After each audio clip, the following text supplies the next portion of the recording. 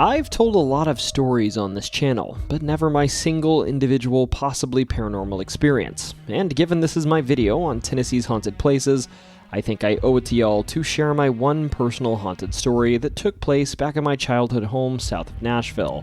See, when I was a kid, I had a dog named Sammy, and Sammy and I, sometimes when she felt up to it, we had a little tradition. Sometimes on Friday and Saturday nights when my parents would go to bed, we'd stay up downstairs and hang out together. Bear in mind, I was only about 8 or 9 years old if I remember right, and I'd take this time away from my parents to do everything from play my favorite video games way too late to watch scandalous PG-13 movies I wasn't supposed to have on. And right there at my feet was Sammy, who would at least on some nights loyally hang out with me as I tapped buttons on my GameCube controller. But one night we stayed up late gaming, and when I went to bed I'd yell, "Come on, Sammy," and she was a little slower. And then the next morning she wanted to stay in bed a bit longer. And before long, we were at the vet saying goodbye to Sammy. Suddenly, I realized I'd have to spend these late nights gaming on my own, or at least I thought. Now, the day this happened, my parents tried a lot to cheer me up. I remember having everything from a Chick-fil-A milkshake to some McDonald's fries, but that wasn't gonna do it. The only thing that would really take my mind off things was to play a little bit of Luigi's Mansion that evening. And knowing it was a tough day, if I remember right, despite it being a school night, my parents didn't badger me to go to bed. So here I was, it was probably 9:30 p.m., and I was lying on my couch in the back room, tapping away at my controller, sadly, alone this time. But then, among the silence of the house, I'd hear a deep howl. A howl broke through the night, one just like Sammy used to sometimes do when a visitor was at the door, and it came right from our front family room, right where she used to take her midday naps. Now, my younger self slowly put down the controller and stepped into that front room and looked around. Of course, I didn't see anything or hear anything. In the room where I just heard a howl, I was of course all alone. And just when I thought, maybe I was hearing things, I heard something else. A deep rumbling, and suddenly a light turned on and my dad turned a corner from the stairs and looked right at me in the eye and said, "Was that you?"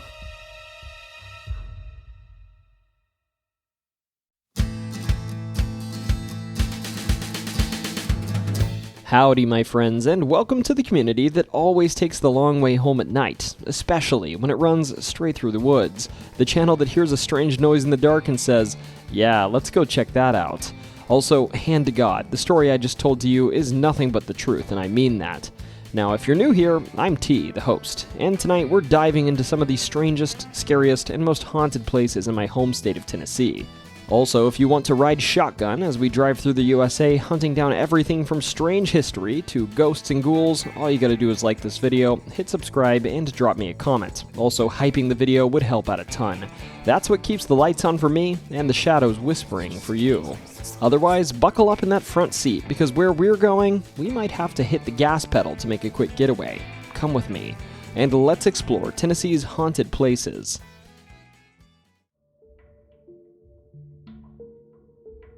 Our first haunted place today is a spot in southwestern Tennessee, a place that I camped at as a young Boy Scout. That's equal parts open fields and thick woods, many of which are dotted with monuments that denote what happened here. Now, before we tell this story of why Shiloh was haunted, let's give this story some context. To start, Shiloh National Military Park, the subject of the story, is located in Shiloh, Tennessee. But the National Military Park isn't actually named for the town. It's named for the Shiloh Church, a modest, sort of nondescript church whose name is actually derived from the Hebrew word Shiloh, which means place of peace. And this church, which was near the epicenter of the fighting that occurred here, is actually the point of reference for the battle that was named after it. Before even this, though, Shiloh was home to natives, the Cherokee and Chickasaw, and even some tribes before them, who left behind their own supposedly haunted relics, ancient collapsed structures and mounds whose remnants can still be seen today and are haunted in their own right. With that in mind, though, the Battle of Shiloh that actually occurred on this land was fought on April 6th and 7th of 1862, and it was one of the earliest and bloodiest major battles of the American Civil War. It took place in southwestern Tennessee, near Pittsburgh Landing on the Tennessee River, and here the Union forces, led by General Ulysses S. Grant, had moved into Tennessee, and they were encamped near the small Shiloh church we just talked about. Confederate forces under General Albert Sidney Johnston, in contrast, were not hunkered down, and rather they launched a surprise attack on the Union camp at dawn, hoping to defeat them before their reinforcements could arrive. On the first day of the battle, Confederate troops pushed the Union army back towards the river, causing heavy casualties.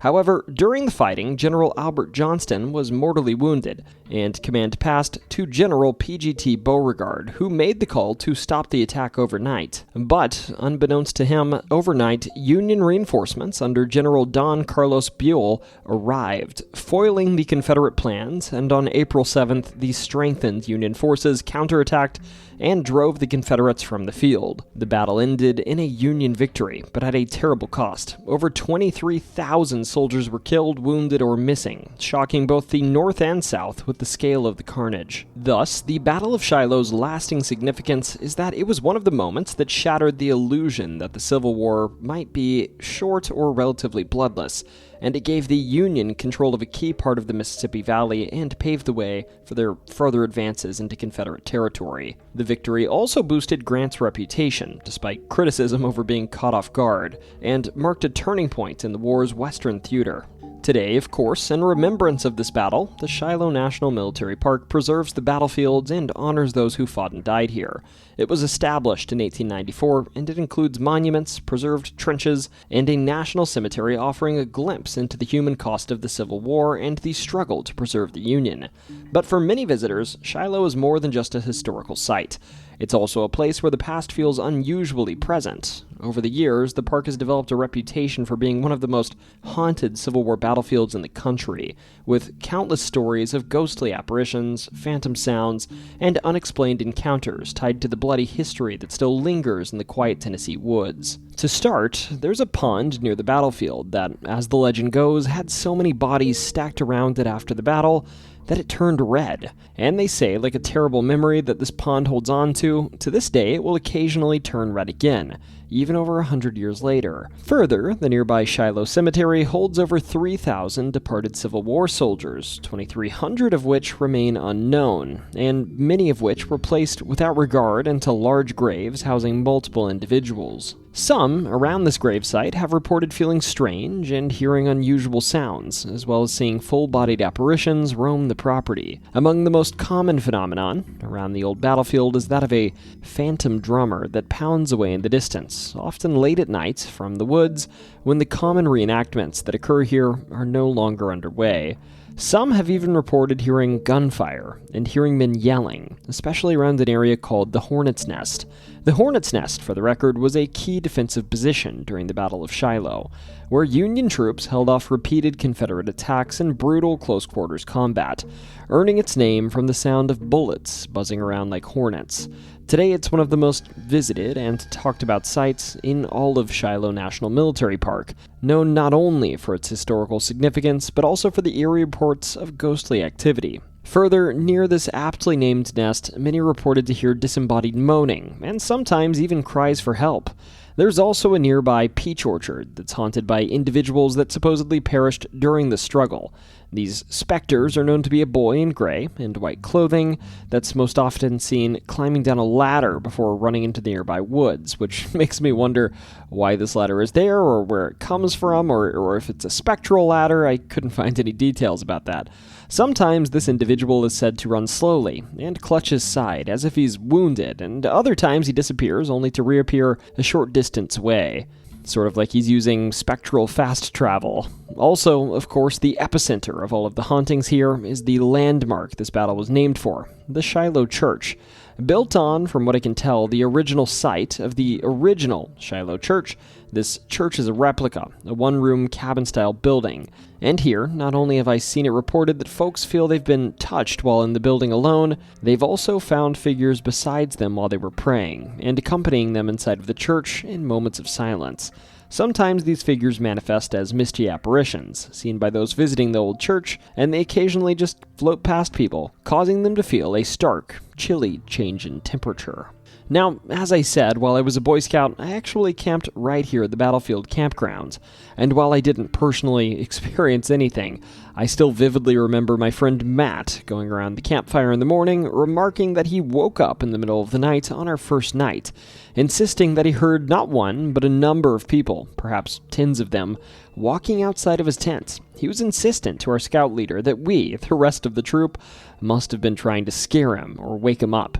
Now, I can't speak for the others in our troop, but I can at least attest to the fact that I was absolutely not awake and walking around in a large group in the middle of the night around the Shiloh battleground. Of course, there was speculation around the campfire that morning that perhaps we had some visitors the night before that were reenacting the folks that walked these grounds hundreds of years ago in a manner that was far more, let's say, realistic than the actors we would be watching reenact the battle the following day. Now, despite my friend's experience, you can still visit the Shiloh National Battlefield and walk around the same ground where thousands fought and fell. The Shiloh National Military Park offers a driving tour with marked stops, walking trails through key battlefield areas like the Hornet's Nest and Bloody Pond, and also, of course, a visitor center with exhibits and a short film to help bring the history to life.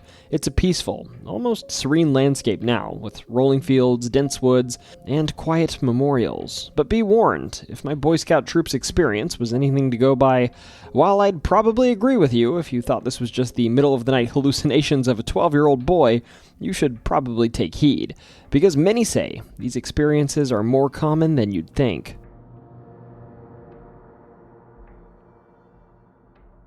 In Davidson County, Tennessee, just about a 25-minute drive east of downtown Nashville, you can find a massive 1,000-plus acre property that used to be owned by the 7th President of the United States, Andrew Jackson, named the Hermitage. And while today this property is simply maintained as a historic landmark and tourist attraction that represents one of the best remaining examples of an early presidential home in the country, back in the day it had a very different atmosphere. To start, this home was built in the 1800s, and it was of course originally the residence of Andrew Jackson, both before, during, and after his presidency.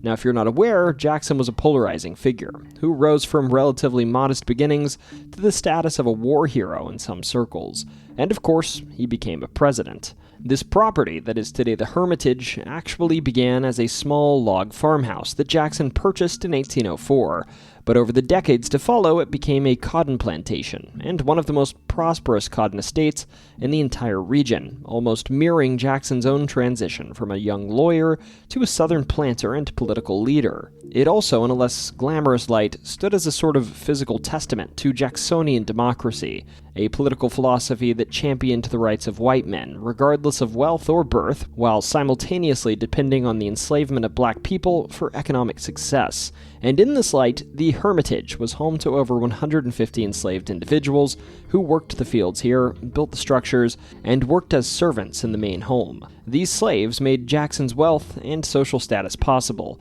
and there are sparse but existent accounts you can find of the harsh life these slaves had. During his presidency, the Hermitage was sort of Jackson's private retreat, but it was also an informal political center of sorts, from which he met with political allies and shaped policy. And as for the home itself, the Hermitage, as it stood in Jackson's time, was a grand example of Greek Revival architecture, and the current brick structure was completed in 1837, replacing an earlier federal-style home that Jackson originally built. This home was meant to evoke ideals of classical antiquity, meaning order, strength, and democracy, ideals that many admirers admired. I can't believe I said that word twice. Of course, in my journey through the USA's folklore, we've seen time and time again that polarizing old places that belonged to prominent Americans are, without fail, often given a haunted reputation, and the Hermitage is no exception. Stories of hauntings here go back well over 100 years. For instance, one Mary Doris wrote that in 1899, just following the Lady Hermitage Association taking ownership of the home, they were still looking for a caretaker for the property. But in the meantime, 2 women in the association just volunteered to stay in the home overnight to make sure the home wasn't damaged by vandals. and my impression is this would be ongoing for a period of days to weeks until a caretaker was found. Thus, on their first night there, they put down their makeshift beds, or sleeping pallets, as they were called, basically thin little mattresses or a pile of blankets, quilts, or straws that would be put directly on the floor, and they'd lay on these, and they'd start getting ready for bed. But according to the stories, they didn't exactly have an easy night ahead of them. These two women, in an era before sensationalist TikTok content, would hear knocking coming from the butler's pantry, and then chains would begin to rattle in that same room before hearing booming that sounded to them like a horse being ridden through the home. These two, and I find this pretty funny, apparently speculated that this was the ghost of Andrew Jackson himself returning aboard his horse to the interior of his old home. I guess Andrew Jackson was so excited to come home that he couldn't even take the time to dismount his horse. Also, I found another fun account that was more recent. In this one, a big event with hundreds of people just wrapped up on the property, and an employee was cleaning and then locking up the home. All fairly standard stuff, that is, except for the fact that while he worked, he was known to whistle. And usually, he was the one whistling, but this night, when he briefly stopped whistling to pick up some tables and chairs, he noticed, I still hear whistling, and I'm not whistling. And my understanding is that he called his boss and came within seconds of quitting his job, had his boss not agreed to come meet him on the property and conduct a thorough search with him. They, of course, didn't find anybody else. They were alone. And finally, there's the Gardens of the Hermitage. Now, if you know your Andrew Jackson history, you'll know that Andrew Jackson entered the White House as a widower. His wife, Rachel, you see, passed away just a few years before he became president in 1828. But before that, perhaps her favorite place on the property was a garden which was designed on the property in 1819, and where Rachel was known to grow flowering plants. After her death, perhaps because she loved this place so much, Andrew actually had his wife Rachel buried in the garden, and he'd visit this spot daily, smoking a cigar and speaking with his departed wife. And ultimately, he'd be buried under his wife's tomb, in the garden as well, when his time came.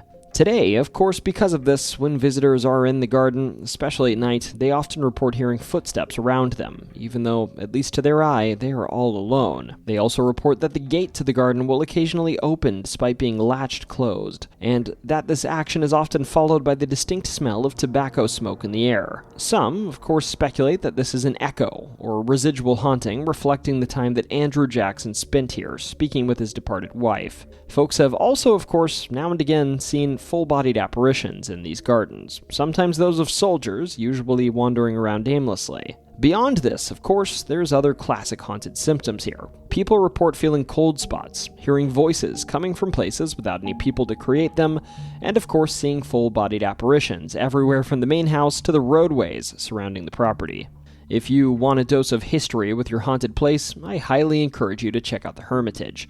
Heck, throughout spooky season, about September 20th through late October, they even offer ghost tours here, starting at what is admittedly a hefty price of about $60. But trust me, if you're not up for paying that price, we have many, many more haunted places to talk about today, one of which I've already created a ghost tour for, so don't fret.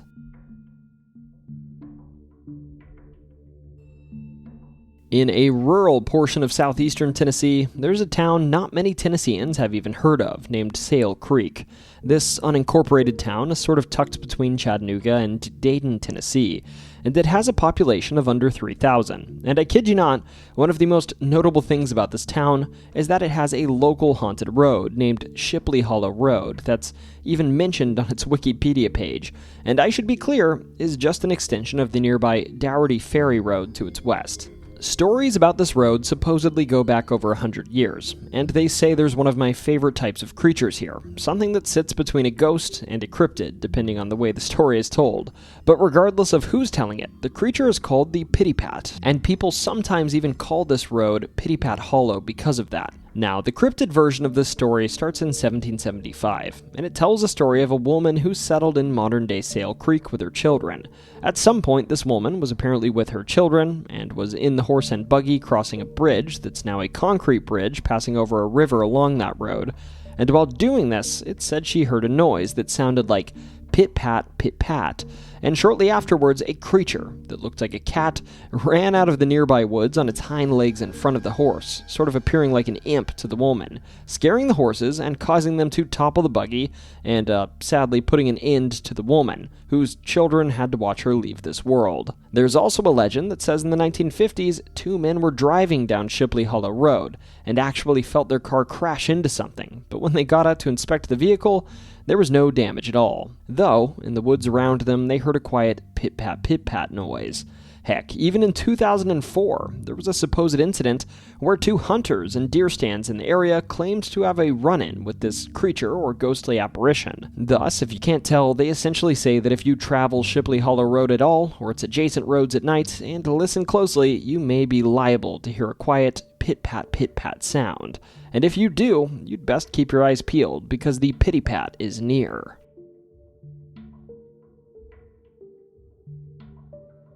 If you visited this video and you know your Tennessee lore, I know there's absolutely one Tennessee haunting that you'd expect to be on this list, probably before any other, the Bell Witch Cave. Also, to be clear, if you're a regular viewer, you'll know I covered this before, but I couldn't leave this off a list of Tennessee's most haunted places.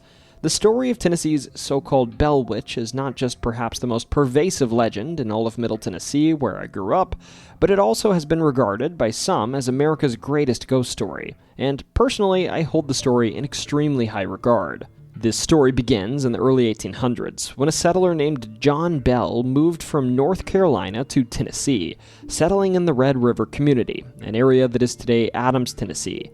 Here, John and his family dwelled in a home on some property they owned, largely farming on a few hundred acres of land, while participating in the community of their local Red River Baptist Church. John and his wife Lucy here had 3 more children, and a largely good, if kind of uneventful life in Red River, though this all began to change in 1817. On this day, John was out in his cornfields, and he saw something strange. In the cornfields, he saw an animal that didn't look like anything he'd ever seen. It sort of looked like a dog with a rabbit's head, and upon shooting at it, the dog-rabbit thing disappeared into the corn rows. Of course, when you live in Tennessee during some parts of the year, seeing a weird and unexplainable creature is just your average Tuesday, so John didn't think much of it immediately. That is until later that evening when John and his whole family heard some sort of knocking noise on the walls of their home. They inspected, of course, but they couldn't identify any culprit. But in the following night, these sounds continued, and each time, family members would dart outside quickly to find the source, but they'd of course be met with nothing but emptiness and silence of the night. This knocking on the home's walls, though, transitioned to sounds in their bedrooms. Some of the children even thought that rats were gnawing at their very bedposts, and after a while their covers would start being pulled from their beds, and the pillows yanked out from under them while they slept. Now, keep in mind, this is where most ghost stories end. Some dude moves into a house in Gary, Indiana, some of their crap flies around the room, and they say, "Dang nabbit, this place is haunted!" And then they move, and it never progresses. This was not the case, though, in the Bell Witch haunting. See, this haunting went far beyond what at this point was just poltergeist activity. Soon, the family started to hear whispering, which they likened to a woman singing hymns, an old one at that. Next, Betsy Bell, the youngest daughter in the family, began to report that she would be slapped and have her hair pulled by some unseen force, and the rest of the family would actually report to see markings on her bed related to these ghostly attacks. Now, the family would try their best to keep these occurrences secret, but eventually they would share these encounters with their neighbor, James Johnson, who would actually come over and spend the night in the home with his wife. Of course, at first, they invite over their neighbor and nothing really happens. But then, after they went to bed, the Johnston family was also confronted with these same terrors. James was slapped, and his covers were yanked from him. He apparently, according to history, remarked the sort of funny but also famous quote, "In the name of the Lord, who are you and what do you want?" Though, of course, his pleas were met with silence, and if you buy the stories, after uttering the Lord's name, the remainder of his stay was pretty uneventful. He, of course, in the morning, would tell the family of his experience, and was convinced whatever had attacked him was some sort of evil spirit. I quote, "the kind that the Bible talks about." Also, it's worth noting the Bell family kept enslaved people on their property, and these enslaved individuals also had encounters with the so-called Bell Witch. One slave in particular, named Dean, reported multiple encounters with the Bell Witch, even being one of the only others, in addition to John Bell, to see the dog-like creature that John reported, and in his case claiming that it often presented itself as a two-headed dog sort of creature, leading him to start carrying around objects to protect himself from the beast, such as something he referred to as the witch ball. Now, if you're familiar with ghosts and demonic lore, you'll understand that it's commonly reported the more fear you offer these preternatural beings, the more likely they'll be to abuse their power, and as such, perhaps it's only fitting that this entity continues to get stronger. The voices, which were at first whispered hymns, became loud, and it would sing hymns at full volume. It would also quote scripture, and it would hold conversations with family members, and it apparently even verbatim quoted a sermon occurring at a church 13 miles away. Additionally, these encounters became less of a secret, and accounts spread like wildfire, and even Major General Andrew Jackson in Nashville, you know, whose home we were just at, would hear of the recently named Bell Witch. And funny enough, given John Bell and his brother fought alongside Andrew Jackson at the Battle of New Orleans during the War of 1812, Andrew Jackson and a party of men would actually visit the property in 1819. Now, this visit, if you buy the accounts, did not go smoothly. It started with the wagon they were traveling in becoming stuck in a creek bed on the Bell property, which they apparently quickly realized must have been the doing of the Bell Witch. And upon exclaiming the name of this witch, a female voice apparently told them that they could go on the property, but that they'd meet her later that evening. Now, among this group that traveled with Jackson was one so-called witch tamer, which, if you know your history, likely means a narcissistic sociopath.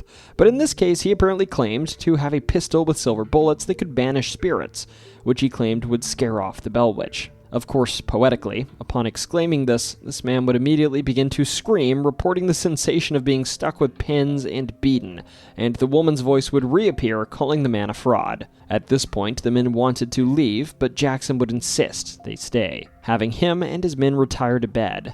Admittedly, there's no clear history on what happened to Jackson that night, but his crew would leave to return to Nashville the next morning, saying, I quote, "I would rather fight the British at New Orleans than fight the Bell Witch." Ultimately, after 3 years of the witch's attacks on John Bell, the assaults would take their toll. Over the course of this episode, John Bell would start experiencing twitching in his face and difficulty swallowing, and by the late 1820s, he would be bedridden and experiencing seizures, all while still being tormented by the Bell Witch. John would ultimately pass away in December of 1820. Now, John's passing wouldn't be the end of this whole saga, though. After his passing, the family would find a vial of strange liquid on the property, which turned out to be poison, which the Bell Witch apparently claimed she used to end the life of John.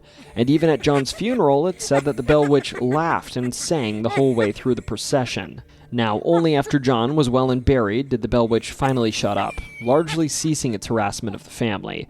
Though I should note, at this point its effects were not totally forgotten. For instance, Betsy became engaged to another local named Joshua Gardner, a man who lived nearby, and when they would spend time together outside of the home, particularly near the Red River of the nearby fields or even the nearby cave, the Bell Witch would haunt them, nagging them, and this constant harassment and urging by the spirit to break off their love affair would lead Betsy to break off their engagement. Additionally, Lucy Bell, John Bell's widow, would be told after this engagement was broken off that it would return in 7 years. And as promised, it did return in 1828 to haunt John Bell Jr. this time. This later haunting is sort of strange though. In this awakening, it acted less like some sort of monster and rather imbued some sort of seer-like quality upon John, discussing with him the origin of life and the need for spiritual reawakening in America. It also apparently predicted the Civil War, which, given tensions between the North and the South were already rising, would not have been that difficult to do. Regardless, after this, the Bell Witch would claim that it would visit John Bell's most direct descendant in 107 years, and while in 1935 Dr. Charles Bailey Bell would publish a book about the Bell Witch recounting these stories, it doesn't appear he ever personally confronted the witch. All of this said, in this book he would recount previously unheard stories about the Bell Witch, including the tale of how it first appeared to John Bell, and one of a boy who became trapped in the so-called Bell Witch Cave, who was actually pulled out of the cave by his feet, supposedly by the witch. Also, while we're discussing the Bell Witch Cave, I should note that while this cave didn't really play any significant role in the initial encounters with the Bell Witch, this cave has become notorious in its own right, with some positing that the wish may have retreated into this cave after the initial rash of encounters in the 1800s. This speculation began in 1937, when farmer Lou Garrison heard strange noises coming from this cave, and that same year, some local individuals even saw an apparition sitting on a cliff over the cave. Also in the 1940s, one Bonnie Hainline reported that she and her friends would explore the cave, and while inside of it, her lantern that, she was using for light, blew out multiple times despite the lack of any apparent breeze. Heck, even in the 1980s, there were a few encounters, including one where a writer for the Tennessean, a prominent Nashville newspaper, would try to sleep in the cave with his team overnight, only to experience strange noises which culminated in screams coming from inside of the cave, which drove them away. Strangely enough, in the same year of this Tennessean journalist encounter, an owner of a gas station ironically ran out of gas near the cave and recounted that as he walked towards town for gas, a rabbit began to follow him. He started running, and the rabbit chased after him, running too. And then the gas station owner sat on a log to catch his breath from running from a rabbit, and the rabbit would apparently hop up to the other side of the log, look him dead in the eyes, and say, "Hell of a race we had there, wasn't it?" Anyways, that's basically the role the cave plays, that it appears to be the source of the supposed ongoing haunting related to the Bell Witch. So this is the tale of the Bell Witch, America's possibly most famous haunting, or at least the most famous in the South. Today, the Bell Farm property still exists, of course, and here it's said that the haunting persists, though to a lesser extent than it used to. It's said that you can still hear voices, and sometimes see strange lights floating around through the fields of the old Bell Farm at night. Additionally, strange apparitions and photos are also commonplace. Regardless, whatever you believe, if you want to humor these stories, the old Bell farmhouse still remains, and you can visit the property and the famed Bell Witch Cave if you wish.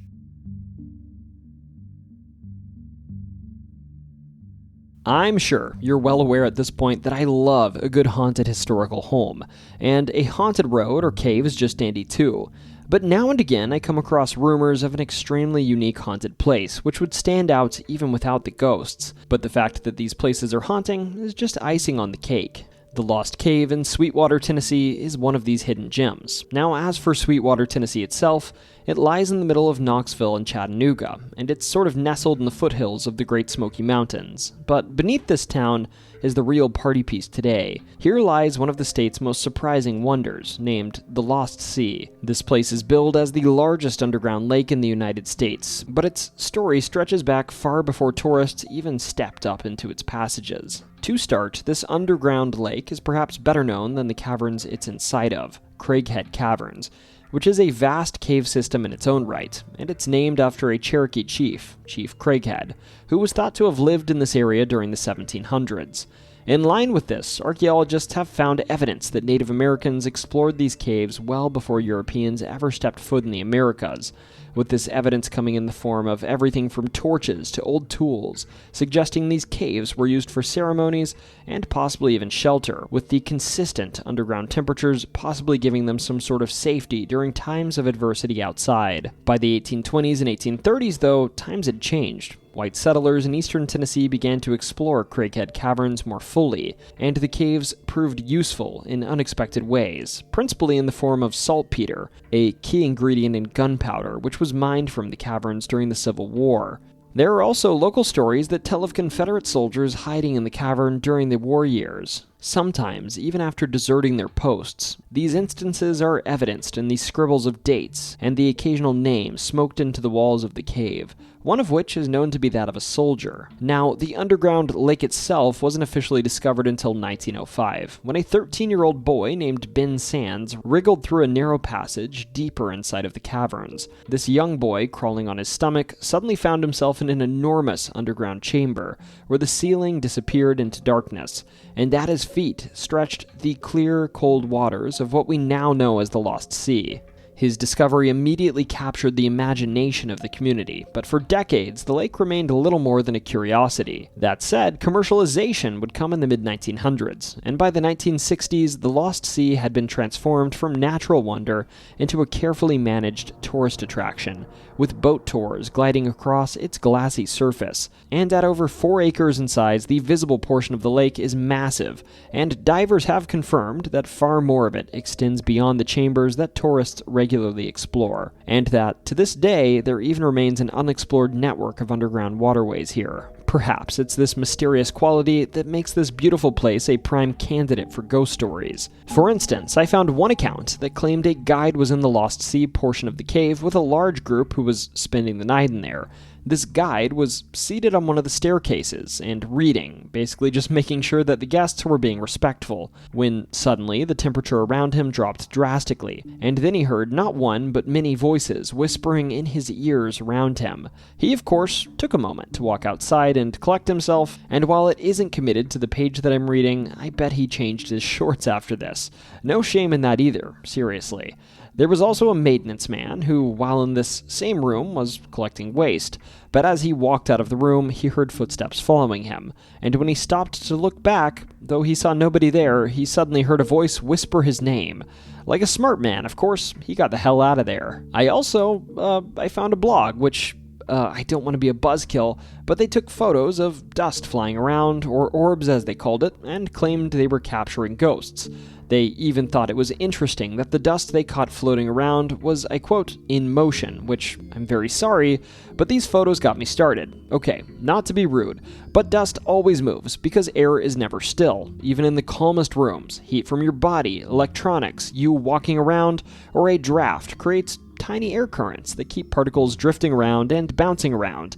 Add in how light from a camera flashes and reflects off these floating specks, and voila, you've got yourself a glowing mystical orb. So when people insist their blurry little camera spots are spirits of dread, the reality is a lot less glamorous. I'm sorry, but I don't think orbs are evidence of the afterlife on your iPhone. Rather, you've just documented the heroic journey of a piece of lint. Rather, I'm pretty sure our haunted evidence is literally the same stuff we vacuum up every week in this instance. Anyways, rant behind me. The Lost Sea stands as a place with fascinating history, and it has an incredible origin of a young boy stumbling upon a hidden underground lake. It's a story already rich enough without tales of phantoms or humidity on the lens of our iPhones, but if you're in the mood for a visit to a fascinating place that has plenty of history to lend credit to its ghost stories, I couldn't recommend this place enough.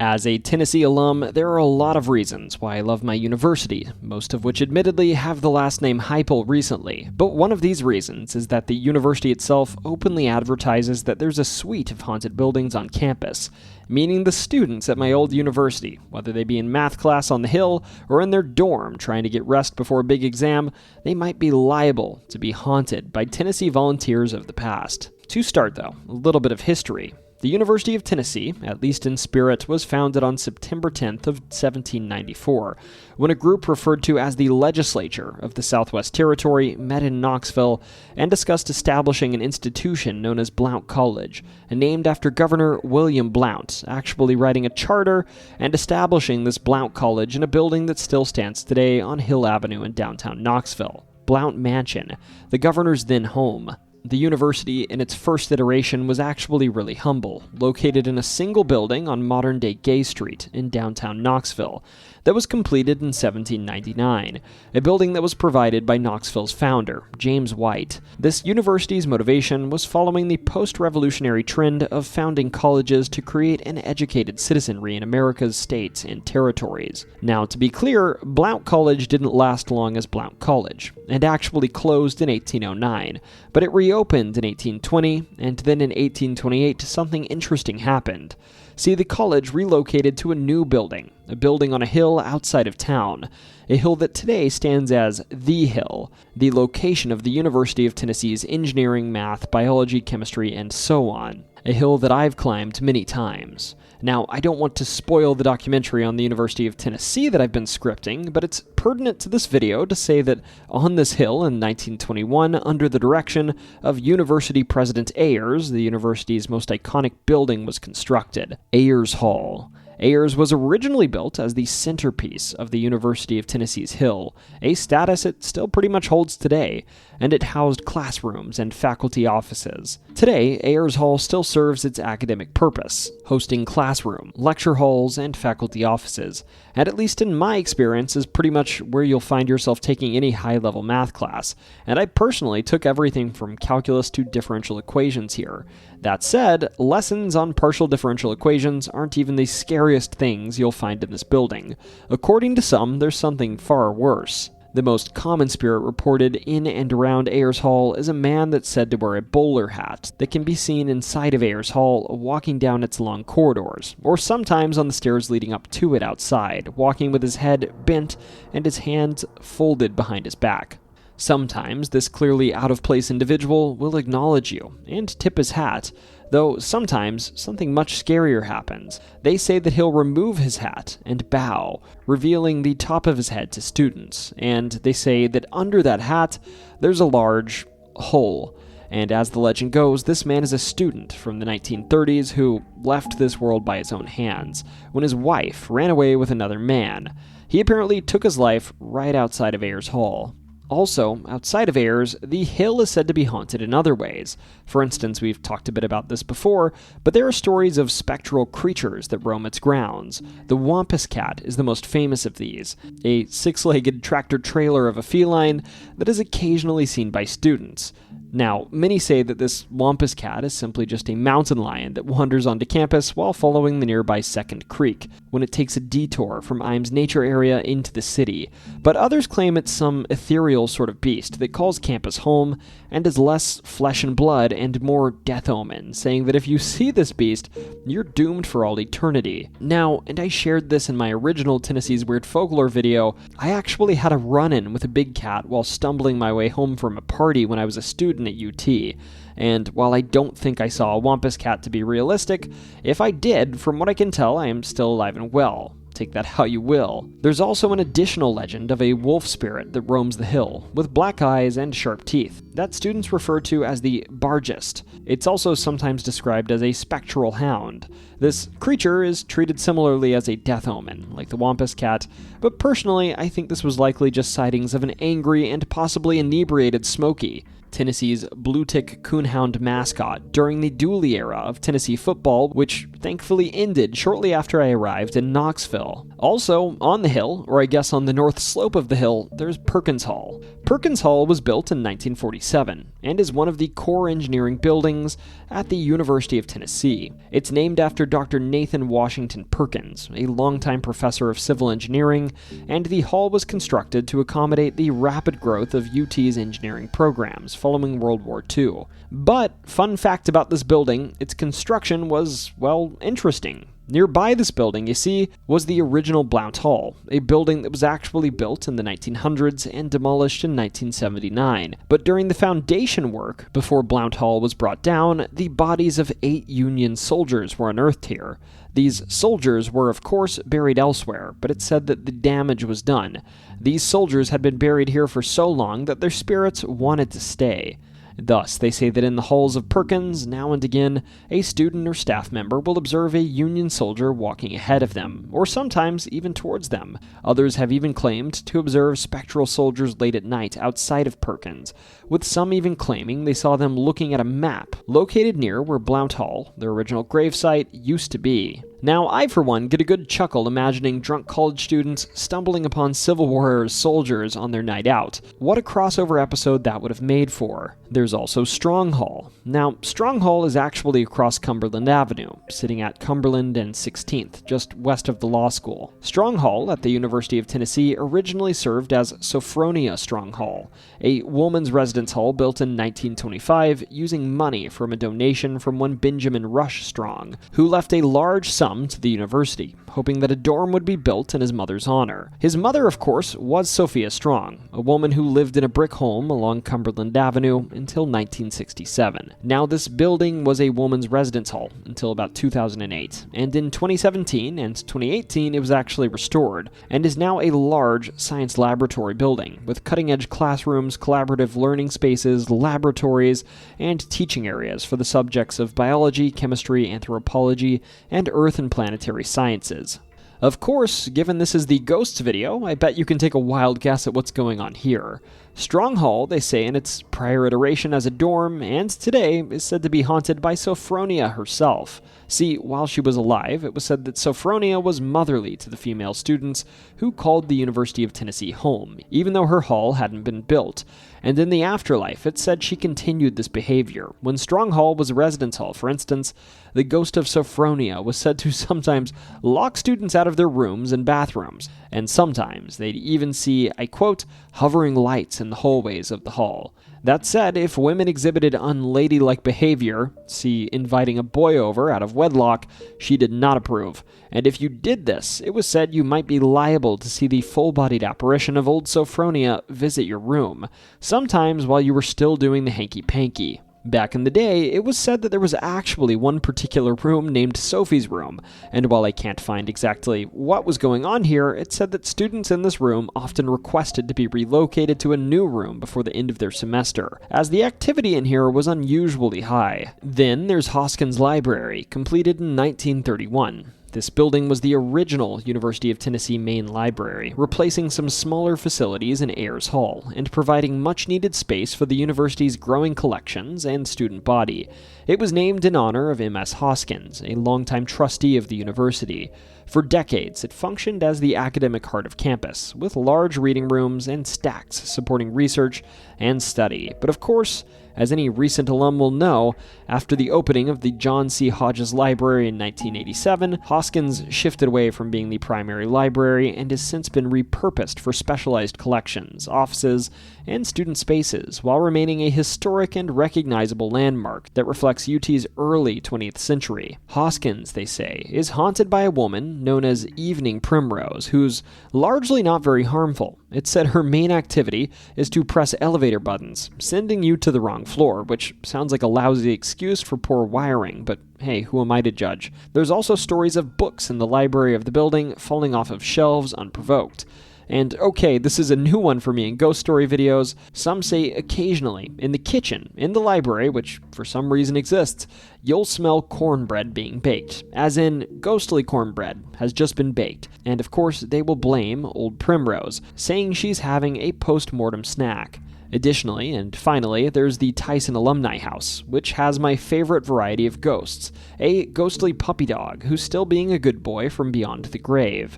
This Alumni House, to start, was the home of U.S. Senator General Lawrence Tyson, who lived here until 1954 with his wife Betty, their children, and of course his dog Bonita, who was a gift from the son of Ulysses S. Grant to the family. This dog, of course, lived a good life. I mean, it was basically a spoiled rich kid growing up in a home like this, and when it passed away, it was buried in the backyard. Of course, this buried pup remains behind the home, right next to the Hodges Library on campus.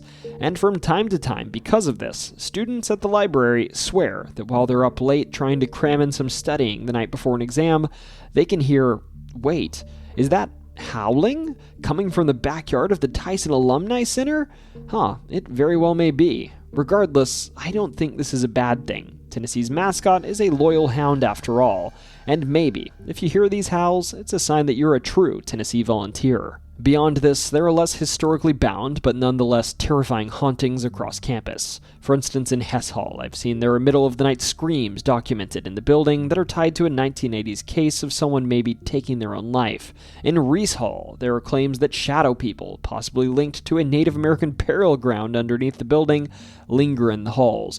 In McClung Museum, they say that there are Native American spirits that wander the halls late into the night, sometimes being seen passing through by curious students in the evening. If you can't tell, while it means a whole lot to be a Tennessee volunteer, it also means that you're going to be well acquainted with spirits, sometimes unwelcome ones, that will keep you company through the night, even when you don't invite them in.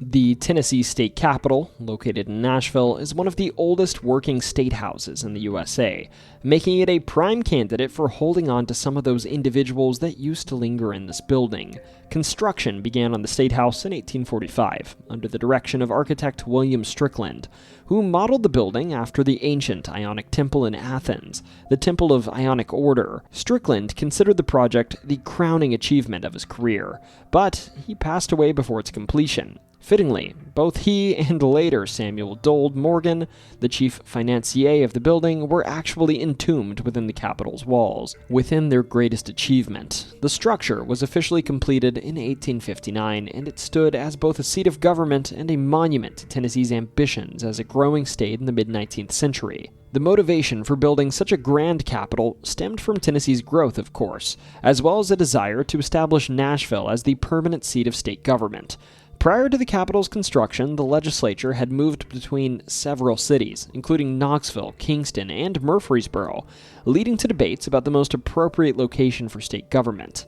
Of course, Nashville's central location and increasing economic prominence secured its selection, and the Capitol was designed not only to house legislative chambers, but also to symbolize stability, progress, and the state's commitment to democracy. Also, it bears noting that during the Civil War, the building was occupied by Union forces, serving as a fortress for them and a headquarters, adding another layer of historical significance to these walls. And as for these walls, as for I suppose the campus itself, well, they hold on to more than a few skeletons, literally. Now, at first, as I said, Strickland and Morgan are entombed in the walls of the Capitol, but the Capitol grounds also hold on to a couple of bodies. For instance, James Polk, the 11th President of the USA, and his wife Sarah Polk, both rest beneath a monument honoring the President. And while they aren't necessarily buried here, back in 1890 there are rumors that an unnamed delegate passed away inside of the Capitol, and there are records showing that Senator Douglas Henry and Justice Cornelia Clark both lied in state on the Capitol grounds.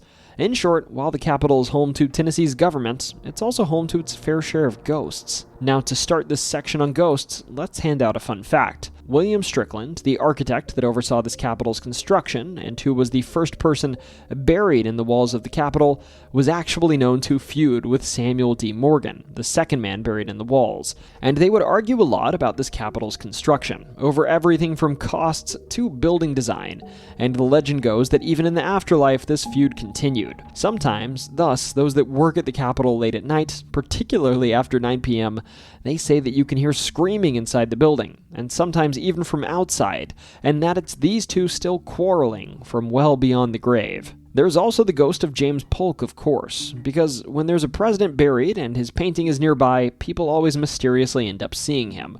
Certainly no coincidence there.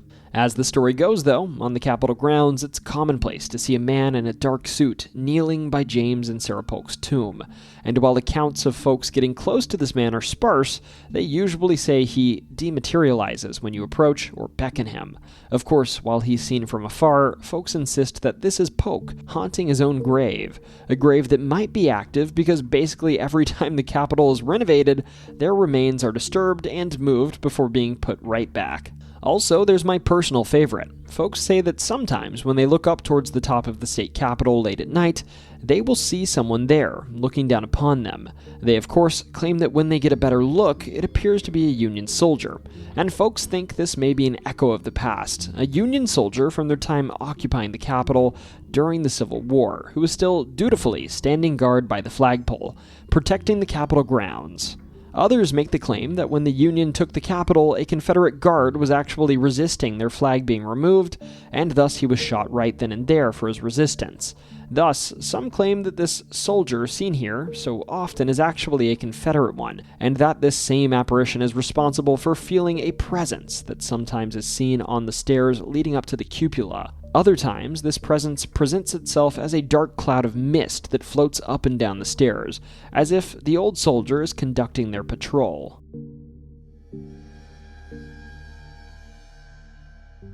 The Natchez Trace Parkway. It's a road that snakes through the lush southern woods like a secret shared in a small town. But long before it was a scenic byway for Sunday drivers and leaf peepers, it was a lifeline carved into the land by the footsteps of Native Americans. See, thousands of years ago, the Chickasaw, Choctaw, and Natchez people traveled these same paths to trade, hunt, and connect with neighboring tribes. The trail, which was originally etched into the earth by bison, was hardened by centuries of human passage, and thus became one of North America's oldest highways, long before any European boots ever shaped American soil. By the early 1800s, the trail became infamous as a rugged, muddy gauntlet for cane-tucks, frontiersmen who floated goods down to New Orleans, and trudged home along the trace, dodging swindlers, bandits, and disease along the way. President Thomas Jefferson, seeing its strategic potential, actually ordered the construction of a more formal road, but that effort fizzled out in the mire of the Mississippi wilderness, and it wasn't until the 1930s, during the New Deal era, that the idea of reviving the trace took root again, this time as a scenic parkway. The Natchez Trace Parkway, thus, was officially established in 1938, and slowly paved across decades, eventually connecting Natchez, Mississippi to Nashville, Tennessee, with construction wrapping up in the early 2000s. It was meant to preserve the path's history, provide a peaceful drive through the southern landscapes, and keep alive the story of a route that had carried warriors, explorers, and exiles. But just because the road is smooth now doesn't mean the past stays buried. In fact, some say the parts of the parkway that wind through Tennessee and beyond carry much more than just the echoes of history. They carry something else, the spirits of those who also used to travel this road. Now, usually I start with prominent hauntings, but I think in this case the more general hauntings are more interesting, because they're abundant for the length of the road. Remember, as I said, the path this road takes used to be a path walked by wildlife thousands of years ago, and following that by the Native Americans, also for thousands of years. Thus, it isn't entirely uncommon that folks driving on this road late at night see everything from old European travelers from hundreds of years ago to Native American warriors from thousands of years ago. One spot in particular I saw mentioned in this light is a spot in a town named Hohenwald, Tennessee, a town I've actually never heard of before, and the place in it is named English Camp Creek. Now, in modern day, this creek is a nice little spot with a pull-off and a picnic table along the trace, a place where you can eat your lunch and listen to the water trickle down the nearby stream. But the thing is, us modern folks are absolutely not the first to stop here for rest. I found a story on an old forum, I know not the most reliable source, but this storyteller named Harold stopped here at around 6 p.m. in August of 2009, at least according to him, and in the shade on this hot summer day, he observed from his car that in the waters ahead of him, there were, by his perception, Native Americans drinking water from the creek. He was not necessarily baffled, but he was a bit confused, as these folks were wearing clothing that was by no stretch of the imagination modern. Additionally, his car was the only one in the parking lot. But it was no matter. He figured he'd walk up to the creek and say hello to these folks while he ate his lunch, and dipped his toes in the cool water.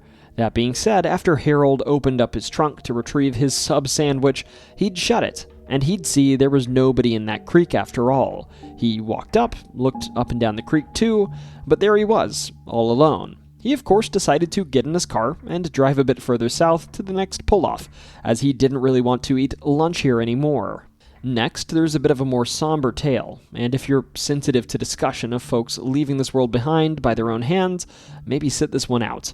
In Franklin, Tennessee, one of the Natchez Trace's most famous features passes through, a bridge aptly referred to as the Natchez Trace Parkway Bridge, a massive and iconic 1,500-foot-long bridge that stands over 145 feet, or about 44 meters, over the valley below. But the thing is, this bridge has another name, the S-word bridge. Yes, I know I don't like censorship either, but when you put 25 hours into writing a script, I would like to be paid for it.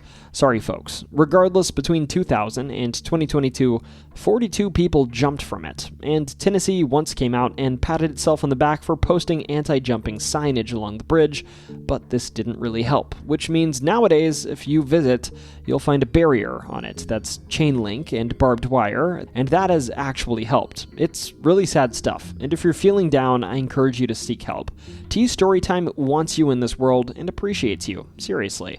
Regardless, I've seen it said by some that along this bridge, particularly at night, as you drive by, you might see someone, usually a dark figure, standing along the side of it. And sometimes that dark figure disappears, eliciting horror in those driving by. Of course, often authorities are called, and some will even drive to Highway 96 below, but no body is ever found. Thus, folks speculate that perhaps some of those that have taken this regrettable leap still linger on the bridge to this day, stuck somewhere between this world and the next. Finally, there's a spot a bit more notable than these others, the Meriwether Lewis Monument. This monument is located around mile 389 on the Natchez Trace, also in Hohenwald, Tennessee, around a place named Grinder Stand. an inn where Meriwether Lewis actually passed away. Also, if you don't remember, Meriwether Lewis was the Lewis from the Lewis and Clark expedition, one of America's most famous early explorers, who Thomas Jefferson chose to lead an expedition to explore the newly acquired Louisiana Purchase and find a route to the Pacific Ocean.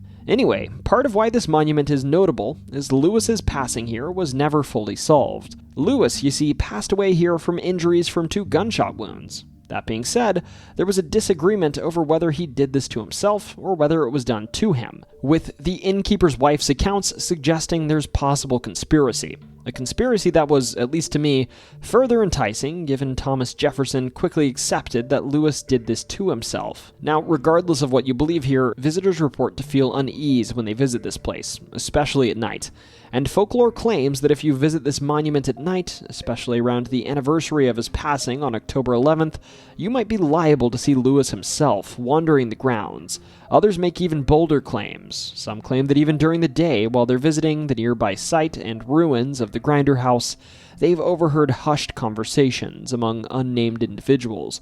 And while most of this conversation is unintelligible, some claim at its finale they hear plans laid out to put an end to Lewis. Anyways, let me know. Have you driven along this beautiful, though supposedly haunted road? Have you had any strange or incredible experiences along it? You know, I'd love to hear more about them if so.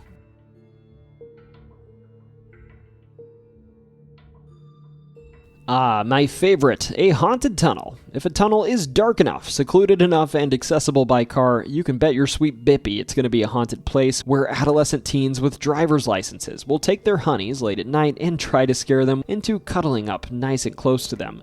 The Sensabaugh Tunnel in Kingsport, Tennessee is absolutely no exception to this rule. This tunnel was built in the mid-1920s along Big Elm Road in Kingsport, Tennessee, and was incorporated into this hillside to support this roadway and the CC&O railroad tracks that ran above it. The tunnel is also relatively long, about 380 feet, long enough that a walk through the tunnel will last a little while, so that if you test this urban legend that calls it home, you can get a bit scared, I suppose. So, as for the story attached to this legend, this land, when the tunnel was built, belonged to a man named Edward Sensabaugh. And Edward, they say, was kind enough to invite a local vagrant into his home for a meal.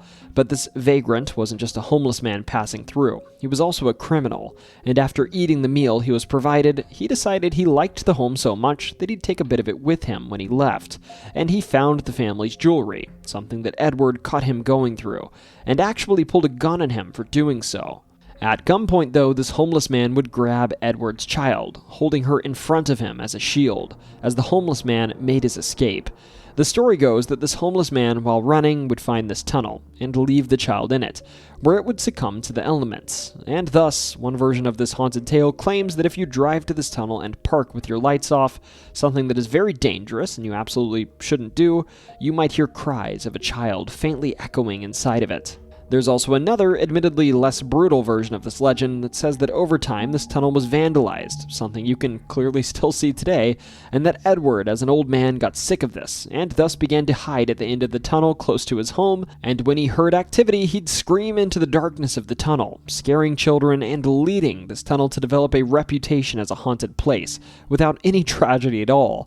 Following this version of the tale, though, they say that even in the afterlife, Edward is looking after his old tunnel, and that if you arrive to this tunnel and stand on the far side of it, from where his home used to be, you might hear a scream, followed by faint but very real footsteps, indicating that Edward's ghost is headed your way, and you'd do well to be gone by the time he arrives.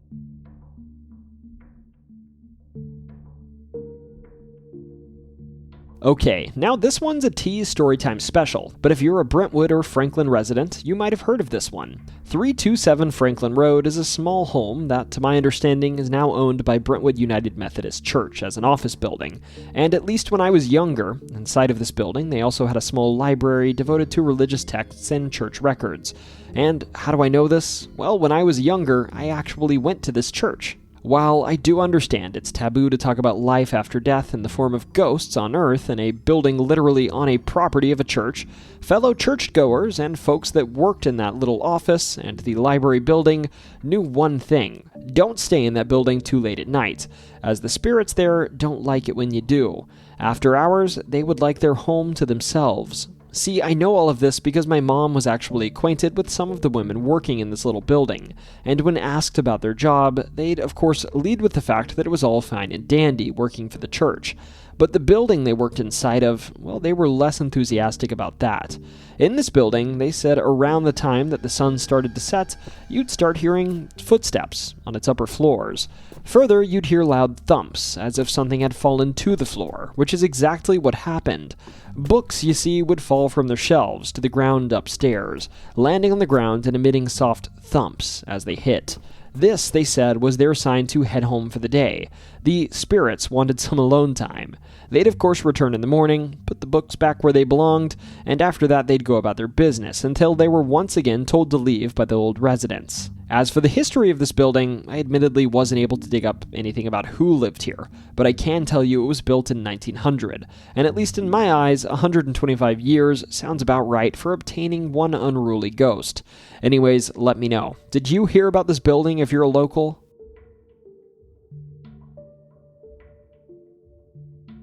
Nestled just outside of Cookville, Tennessee, on Woodcliff Road, there's a spot where, according to legend, the living and the dead may cross paths. While Tennessee Tech students are lost in their weekend revelries just 10 miles away, there's another scene unfolding quietly by the railroad tracks near this old bridge, one that's said to carry a chilling ghost story dating back to 1931.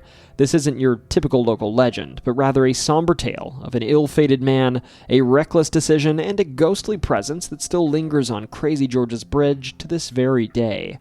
This story, funny enough, begins at a pie supper held at the nearby Woodcliff Baptist Church, a community gathering where locals came together to share food and fellowship on a crisp Saturday evening. Among the crowd was a man who, to history, remains nameless, but who had indulged a little bit too much in the communion wine that evening, if you catch my drift. He was a little bit tipsy, and he decided he was going to take a shortcut home instead of following the winding road that led to his house.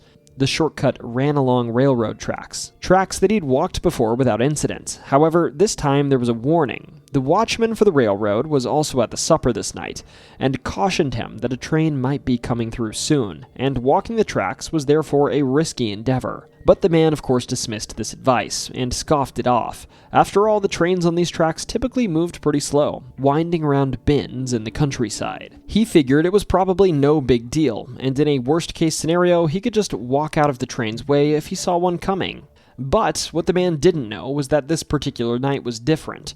The train operator on duty that evening was no ordinary man. He was Crazy George, a railroad worker known for his fondness for a drink before hitting the tracks. Something that apparently didn't get you fired back then, or he wasn't caught.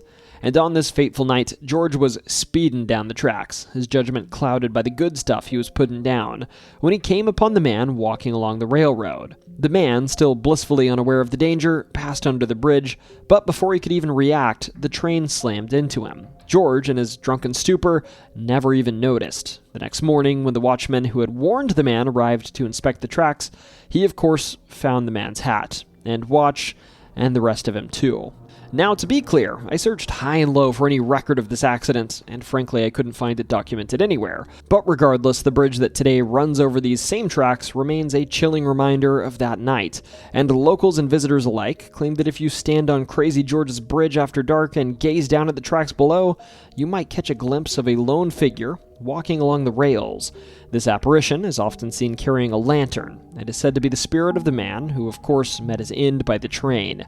This ghost is said to be more of a residual haunting than anything else, though. He doesn't respond to calls or shouts.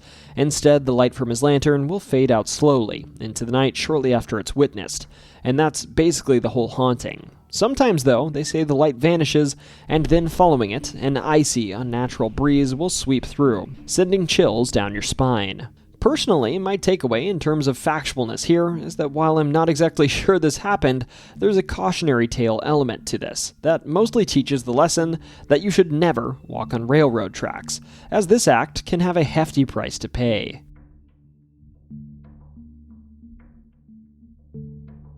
In the remote town of Briceville, Tennessee, tucked just off of Highway 116, lies a place steeped in both history and mystery, the Drummond Bridge, an old railroad bridge spanning the Coal Creek at 531 Lower Briceville Road.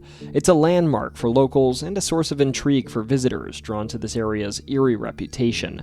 And what sets this bridge apart is not just the weathered appearance and haunted reputation, but a true story of death and vengeance that makes this haunted tale all the more compelling. As for the bridge's history, like many landmarks in this region, it's tied to a darker chapter of American history, the Coal Creek War, a conflict between miners, prison labor, and the Tennessee State Militia.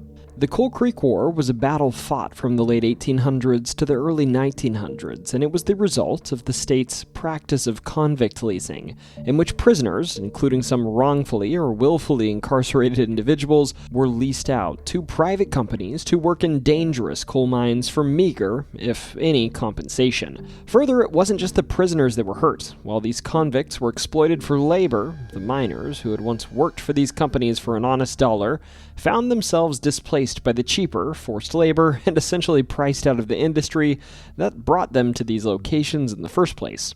Angered by the exploitation and the looming threat to destroy their livelihoods, the miners began to fight back, though, sabotaging the mines, destroying prison stockades, and even setting some prisoners being forced to mine free, all things that were in their best interest. Skirmishes between the miners and the Tennessee State Militia at the time were common, too, as both sides clashed over control of the region's coal resources and the rights of the workers who mined them.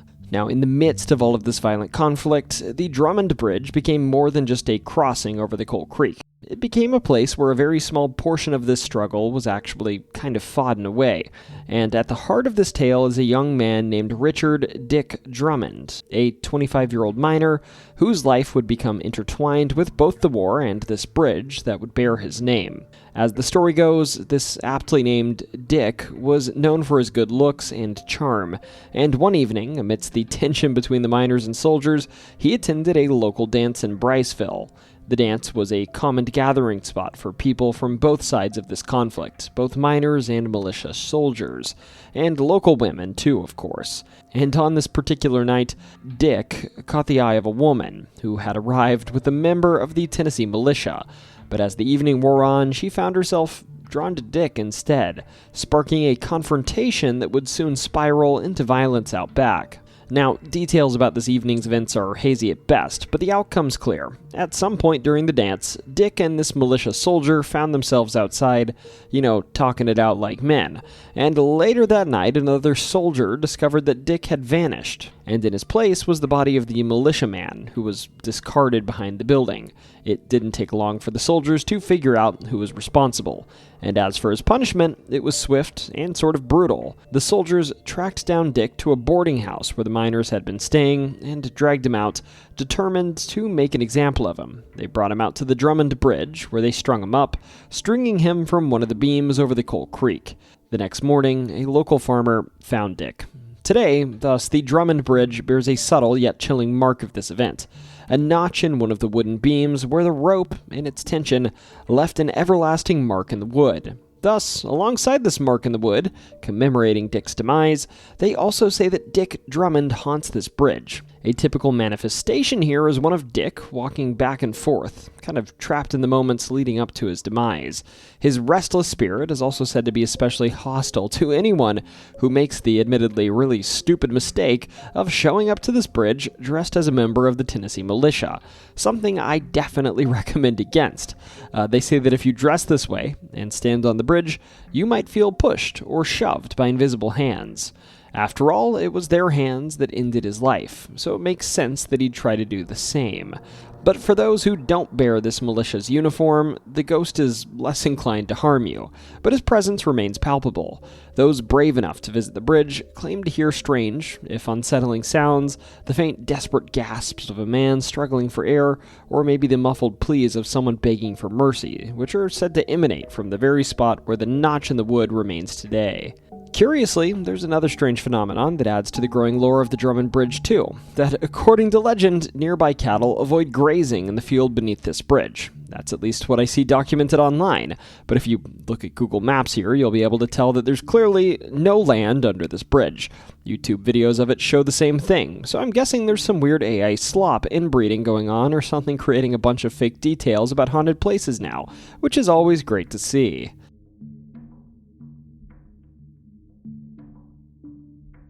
The Brushy Mountain State Penitentiary. We've talked a bit about this place before in my brief segment on the Barkley Marathons, but today we're going to give a better taste of its history and its hauntings, of course. Brushy Mountain State Penitentiary, also known simply as Brushy, has a long, harsh history that reflects many of the darker aspects of Tennessee's penal system. Also, don't you dare laugh at the word penal. It has nothing to do with that, darn it. It opened up in 1896 in Morgan County, following a lockout of coal miners in 1891 that took place in Coal Creek and Briceville, Tennessee, named the Coal Creek War, where miners were essentially protesting unpaid convict leasing in the mines, meaning inmates were essentially leased out to private companies, and after which the Tennessee state legislature actually abolished the convict labor system. All of this said, while the convict labor system was abolished in 1896, that wasn't necessarily replaced for freedom for prisoners.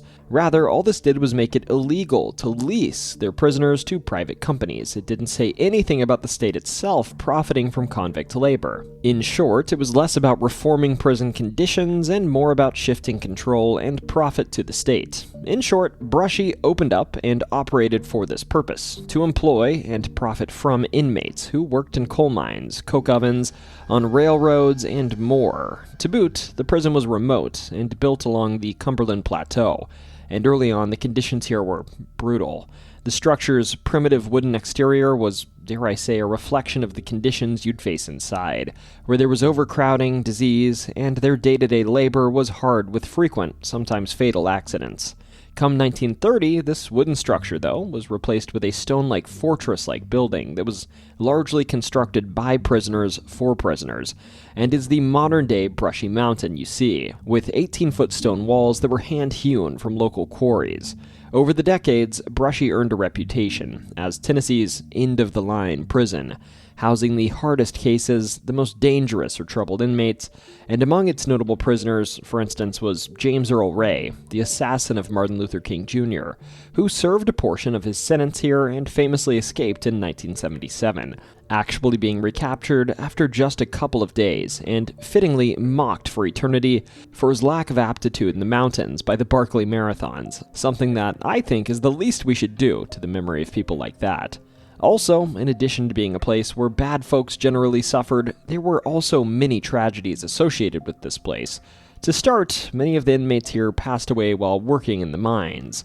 Further, in 1982, a group of white inmates took guards hostage and stole their firearms to commit racially motivated attacks on other inmates, resulting in multiple fatalities. This wasn't the only incident like this either, to the extent that after this event, an article would say of Brushy that violence in this prison is more the rule than the exception. Evidence of this can be found in a tale that may be more legend than reality, that actually tells of a fight that broke out in the cafeteria between two inmates, where, at its conclusion, let's just say even though 2 people were involved, they needed like 5 or 6 stretchers to get them to the morgue, and I'm not going to go into any further detail. There was also a part of the prison known as the hole, or I guess the holes, that were used for severe punishment. These were small, dark, isolated cells where inmates were kept, sometimes for days, on minimal sustenance with virtually no light. Some, of course, emerged from here temporarily blinded according to legend. And, of course, on the property there was a cemetery, named Brushy Mountain Cemetery, a place where these prisoners who passed away without next of kin were buried, often in unmarked graves, with the identity of many of these older graves being lost to time.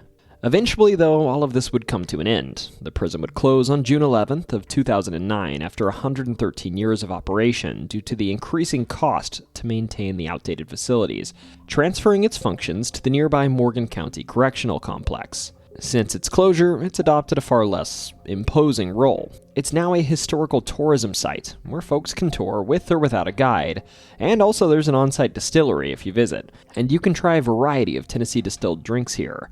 Heck, the place even hosts concerts, but you know what else it hosts? Paranormal investigations.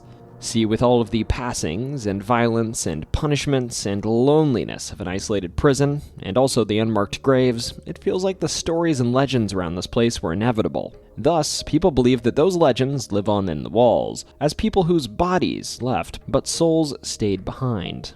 Now, in terms of ghosts, the first goes by the name of Leroy, and Leroy, you see, haunts the Death Row building.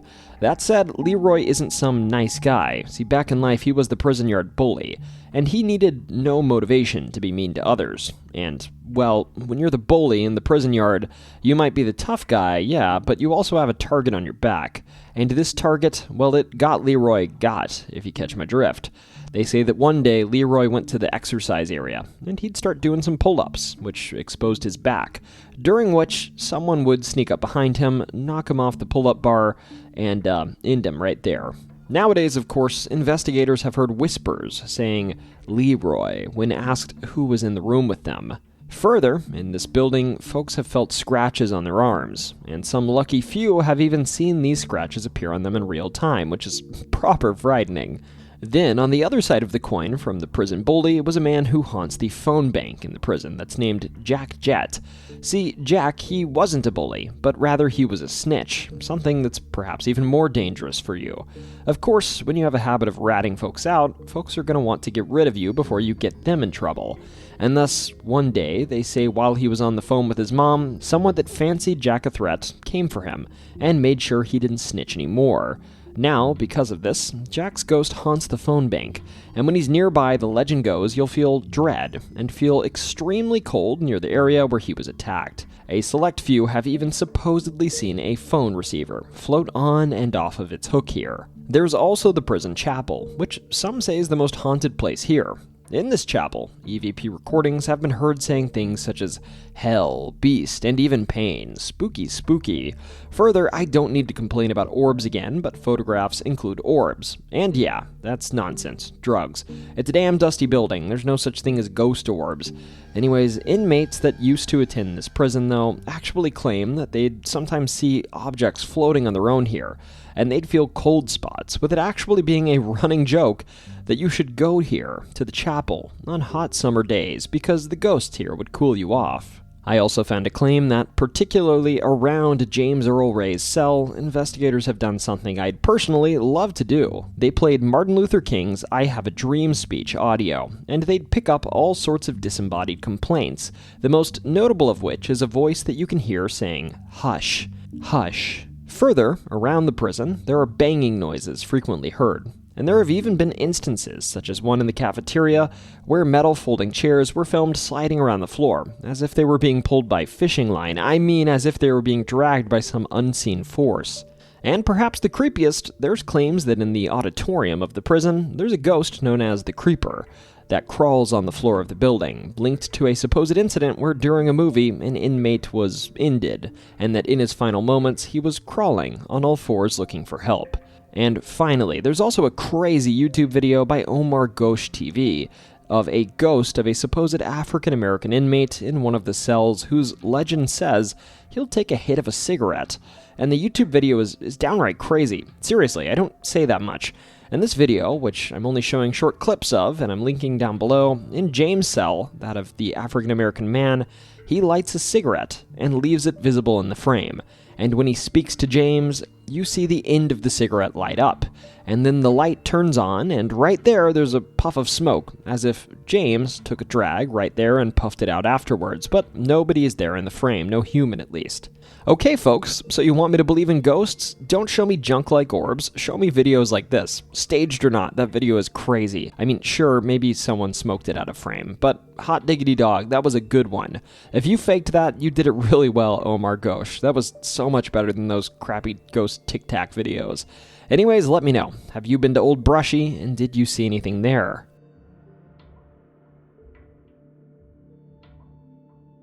In the heart of Middle Tennessee, tucked into the meeting point of the Duck and Little Duck rivers, I like ducks, that's pretty cool, stands Old Stone Fort, a sprawling ancient earthwork that puzzled archaeologists, storytellers, and visitors for centuries. At first glance, its walls of stone and earth rise like the remains of a fortress, a natural assumption for early European settlers who gave it its enduring name. But in actuality, this fort is no fort at all. Its origins reach back at least 1,500 to 2,000 years, well before Europeans knew the Americas even existed, and was built not by soldiers, but by native people who left behind no written record of its purpose. The mystery begins here in the silent testimony of its walls. This enclosure is vast, covering nearly 50 acres. Its stone and earth embankments stretch nearly 1.25 miles, with entrances that align intriguingly with the movements of the sun during the summer solstice. This alignment hints that the old stone fort might have been ceremonial, a gathering place tied to rituals or celestial observations. Yet without written history, the structure doesn't give up its secrets completely. Visitors standing at the western entrance on the longest day of the year still see the sun rise in perfect symmetry with the gateway, a phenomenon that's clearly deliberate and perhaps was once sacred too. For centuries, people have speculated about, what took place in these walls. Was it a sacred ceremonial ground, alive with fire and song, or maybe a place of burial or sacrifice, or perhaps even a kind of council ground where tribes gathered for decisions that carried across generations? The only solid facts we have are the archaeological digs that have found tools, pottery shards, and traces of fire pits, but otherwise nothing conclusive enough to answer the riddle. Of course, most mysterious places, especially those regarded as sacred, often have whispers of supernatural activity tied to them, and this place is of course no exception. Now, to be clear, most of these rumors date back to 1833, when a hunting party of 6 men, some claim including Leonard Sims, a future U.S. congressman, and Jack Fletcher, a future member of the Tennessee General Assembly, camped within this fort's enclosure. And this episode would shape the majority of the lore that calls the place home. This night would be one to remember, as the hunting party, just before they went to bed, would start seeing inexplicable shadows passing by the tree line, and they'd hear branches snapping and leaves rustling to boot. This night was unsettling to say the least. Then the next year, in 1844, for whatever reason, this party would return, the same people. This time, a party of 9 though, so they had some additional members, and they'd experience something similar. Around their campfire, they'd hear noises again in the woods, and suddenly they'd see figures approaching their campfire before fading away. Afterwards, they claimed they again saw shapes running through the woods, shapes that changed rapidly between those of men and animals. All the while, too, they'd hear whispers in the night around their camp, and eventually this harassment would escalate to an owl flying to their camp, which shifted into a woman that the party would claim to pepper with bullets from their shotguns, but she was impervious. Now, as for this 1834 episode that made this place so notorious, on May 18th of 1887, a reporter for the Nashville American would actually come forward and confess that he was the young man, and that he and some friends were harassing a hunting party that camped inside of this old fort one night, making noises in the woods and running by the tree line, prompting the party to begin shooting into the woods. That said, when asked about 1833, the reporter claimed that he didn't have anything to do with it, leading some to speculate that possibly there might really be something ancient lurking in those woods.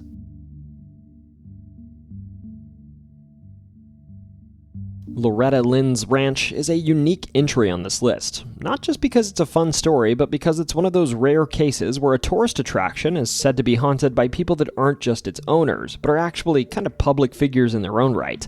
People you would hope would be telling the truth, and that some put a lot of stake in the words of. To start, this ranch is located in Humphreys County, Tennessee, sort of between Nashville and Jackson along I-40. The ranch itself is a plantation-style antebellum mansion that dates back to the 1800s, with a stone grist mill that was built in 1876, a dam, and other historic structures on the property, giving you a little bitty taste of what Tennessee might have looked like well over 100 years ago, with some modern structures mixed in too. The modern place of this town is really just as a tourist attraction, and a living museum of sorts, and at its center is all sorts of tribute to Loretta Lynn herself, one of the most influential figures in country music history, and a figure that undeniably reshaped what it meant to be a woman in country music. The thing is, though, the story behind this property is a hell of a saga, and I really don't know how to say this in any other way. The hauntings are not an afterthought here. They are not a modern invention. Loretta Lynn herself experienced strange things here and spoke about them regularly, and she discovered the haunting just as she discovered the property. They were basically just part of the property the entire time. It's sort of unique. Anyways, the history of this property came shortly after Loretta broke through, being discovered by then country star Patsy Cline's producer Owen Bradley, and she quickly jettisoned to fame with hits like Don't Come Home a-Drinkin', with Lovin' on Your Mind, First City, and The Pill, which tackled what were then sort of taboo issues for a woman in country to sing about, talking about everything from infidelity to birth control to women's independence. These were not topics typically welcome in what was then a male-dominated industry. Regardless, shortly after this success, and in the 1960s, Loretta had enough money to buy her own place to call home, and with her husband Doolittle, they'd trek across Tennessee looking for this place, and eventually they'd come upon an old white house. The story of finding it is actually pretty romantic in its own right. Apparently they'd arrive here late at night, finding it abandoned, and actually choosing to sleep on the porch that evening, decided that evening to purchase it. But the thing was, there was a catch. If they were going to buy the property, the whole town of Hurricane Mills, Tennessee, had to come with it, which apparently was just fine by Loretta. And so they moved in. That said, literally just weeks after moving in, the strangeness began. One of the first events, as Loretta came home from tour, was her being on her bus, and as they were pulling up to the driveway, she was puzzled to see that a woman she didn't recognize wearing white was on the balcony of her brand new home, crying as she stood there. While, let's be honest, Loretta should have known that every home in America before 1911 comes with a woman in white, it was probably in the contract, I couldn't blame her for being surprised. And thus, she'd actually go ask the housekeeper about the woman, who, as you might expect, remarked that nobody else was home. Of course, the hauntings continued, though. Shortly after this, the family would hear strange sounds at night, and see folks wandering on the property at all hours of the day, that they just could never catch if they were trying to chase them down.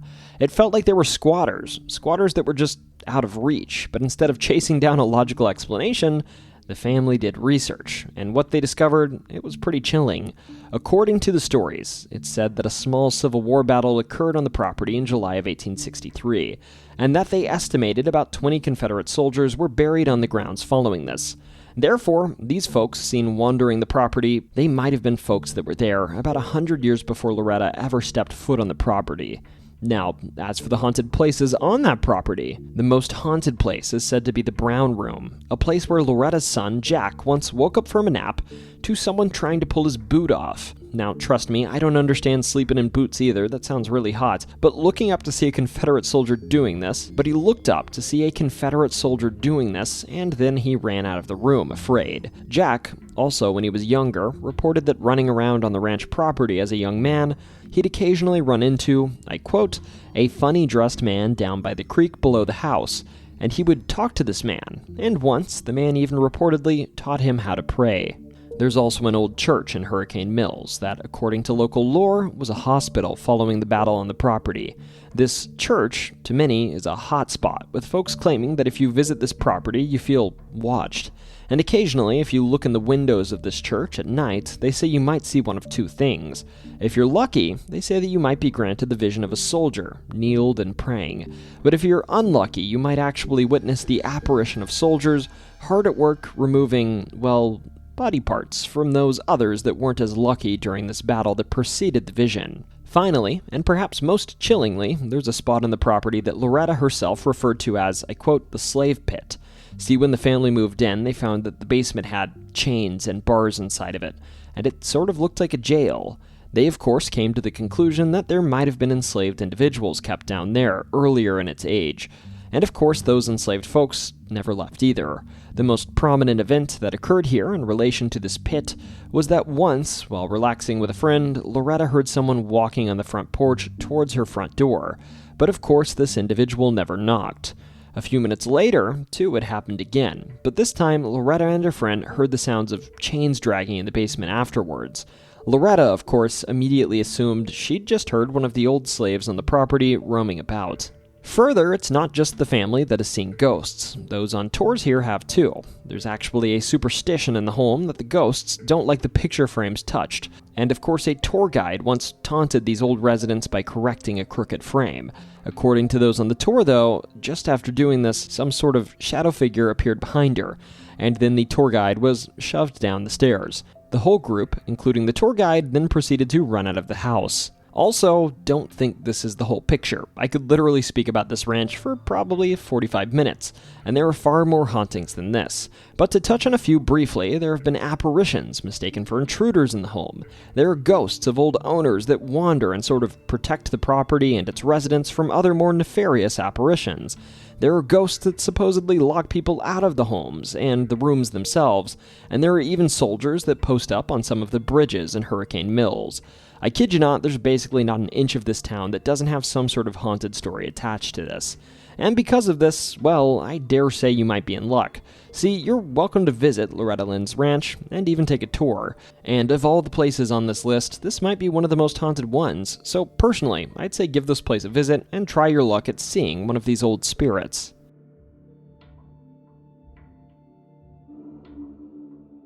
And again, now we're circling back to a place I covered in my first Tennessee's Weird Folklore video, the Ryman Auditorium. As I said before, the Ryman is, at least in my opinion, the place to watch live music or a performance in Nashville. It's historic, it's beautiful inside and out, and there's not a bad seat in the house. The spot's class, opulence, and allure, at least in my opinion, stand in stark contrast to the veritable smorgasbord of indulgence, debauchery, and excess, and enough sin to make a preacher faint that linger just 200 feet from its doorstep on Broadway. This place hosts everything from the most famous contemporary musicians to comedians to world-renowned public figures, and frankly, I can't recommend it enough. Now, in terms of its history, in modern day you'd be forgiven for thinking the Ryman was a building constructed recently, given how well it's kept up. But in reality, the Ryman Auditorium, located in Nashville, Tennessee, began its life in 1892 as the Union Gospel Tabernacle, built by a riverboat captain, Thomas G. Ryman.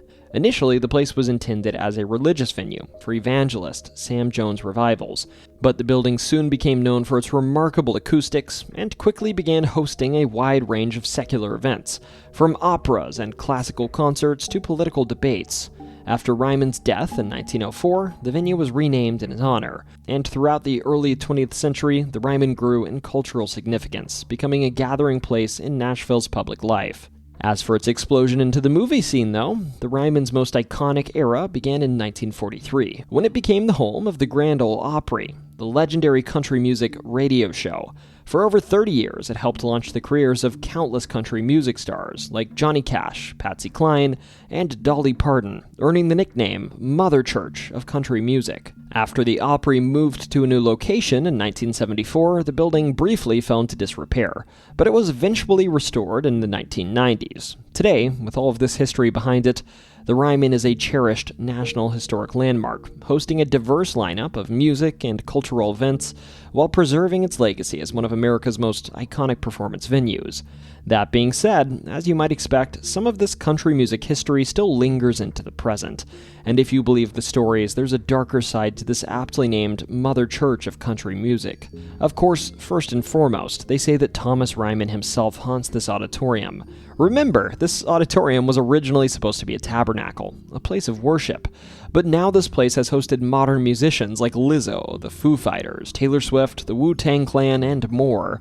It goes without saying, I don't think Thomas would be thrilled to see some of the risque subject matter on display here. And it's said that particularly, back in the 1940s and 50s, you'd occasionally hear loud thumping on the ceiling from the auditorium if performances were going on here that were inappropriate by his standards. The most notable instance of this occurring was back in the day during an opera named Carmen that told the story of a gypsy temptress. He apparently didn't like that one. There's also, of course, a lady that haunts this place, and again, don't get me started on the fact that every old building comes with a lady in white or something similar. But the Rymans, luckily, admittedly isn't just some default skin. They actually say that she's famous country musician Patsy Cline's ghost, speculating such because some guests have claimed that late at night before closing, as they lingered after the show, they hear some of Patsy Cline's old music. Now, to be clear, Patsy didn't pass away in here. She passed away in a plane crash. but I guess she decided she wanted to spend at least part of her afterlife right here in what was thought to be among her favorite venues. The Ryman, funny enough, also appears to be kind of equitable with its distribution of hauntings, as it isn't just famous female country musicians that haunt this place. They also say that Hank Williams, the seminal American country music singer and songwriter, lingers here too. Hank is more of a recent addition, passing away in 1953 after drinking a nasty concoction of substances, but just like Patsy, it's said that after hours he has a knack for giving a show. Most commonly, his voice is faintly heard coming from the auditorium itself when it's empty, but some, particularly the janitorial staff, have claimed to hear his songs, instrumentals, and all playing onstage faintly late at night when they're the sole individuals in the building. Further, there's a man who doesn't even sing that supposedly wanders these halls, and because nobody knows his name, they simply refer to him as the Gray Man. The Gray Man is thought to either be an old guest of the establishment, or possibly a Confederate soldier of old. That said, the latter explanation is probably not accurate, as if they're trying to tie this soldier to the Battle of Nashville, I have news. The Battle of Nashville actually more accurately occurred around modern-day Green Hills, Brentwood, Oak Hill, and Berry Hill, with some of the troop movement around modern downtown, but not much else. Regardless, this Gray Man is said to be seen as sort of a blur, often swiftly walking between rooms, but more often being seen by performers rehearsing their shows, sitting on the balcony of the Ryman, watching them practice. He, of course, disappears just as soon as he's approached, like all good ghosts should.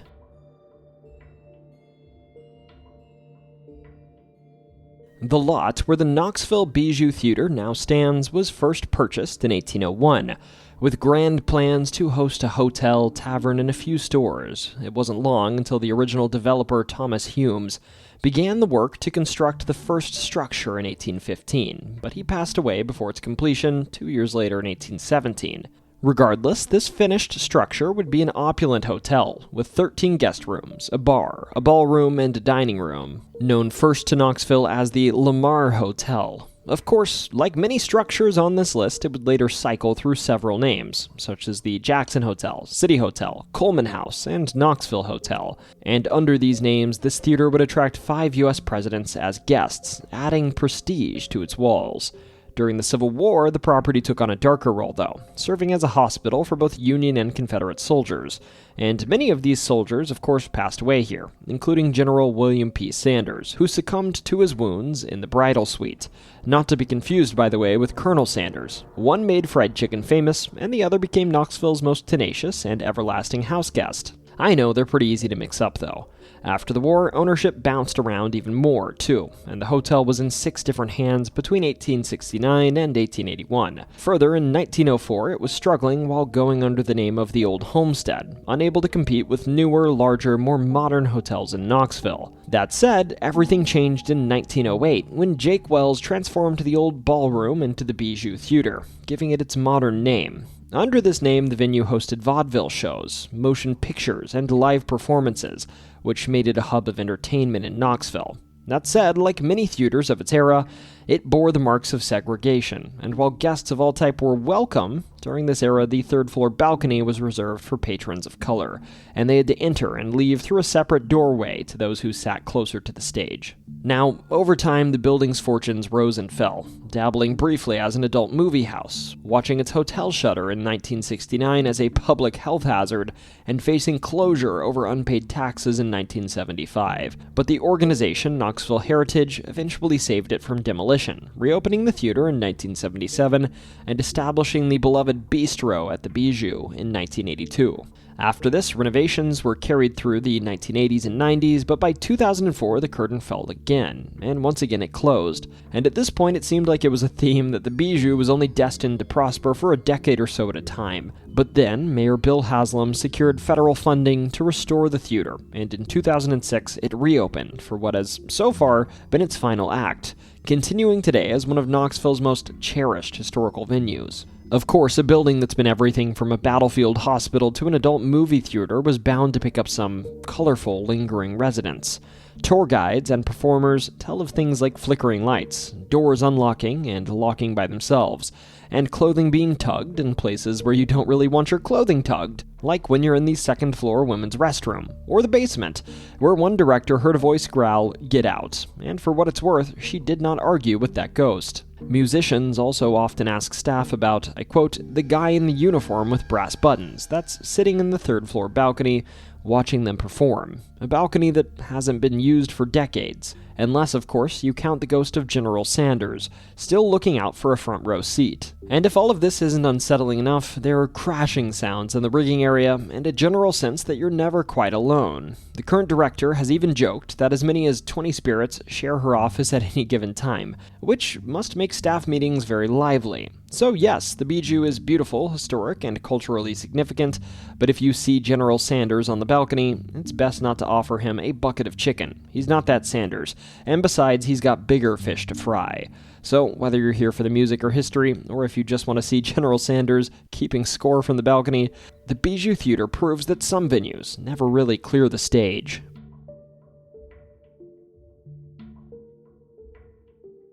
And of course, we've got to move on to another theater, the Orpheum Theatre in Memphis, which has lived many lives since its beginning in 1890. When its first incarnation, the Grand Opera House rose on the corner of South Street and Beale Street.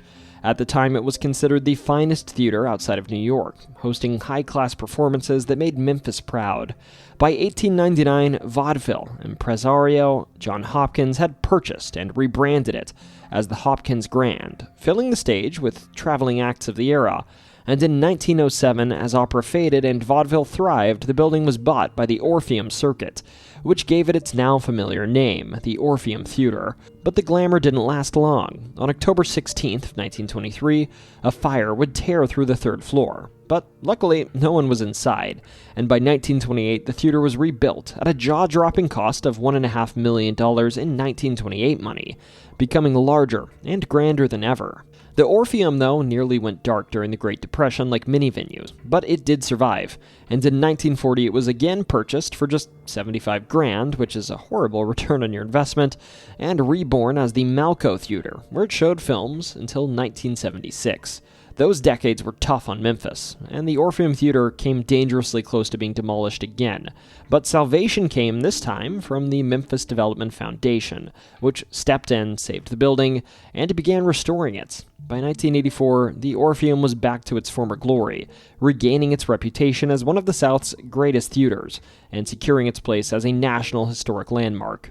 Of course, any theater with that much history and that many near-death experiences is bound to have a few lingering souls in the audience.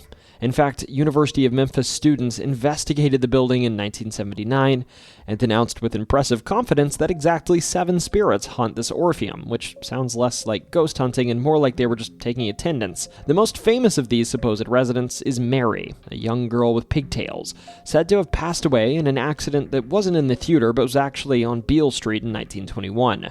Organist Vincent Astor was the first to report her. He'd actually noticed doors opening on their own, flickering lights, and felt cold spots, and eventually he saw the figure of a barefoot girl in a white dress. This was all while he was rehearsing, which sounds very eventful. Mary also has preferences, apparently. She's said to favor seat C5, and performers rehearsing often swear they see her watching from the shadows.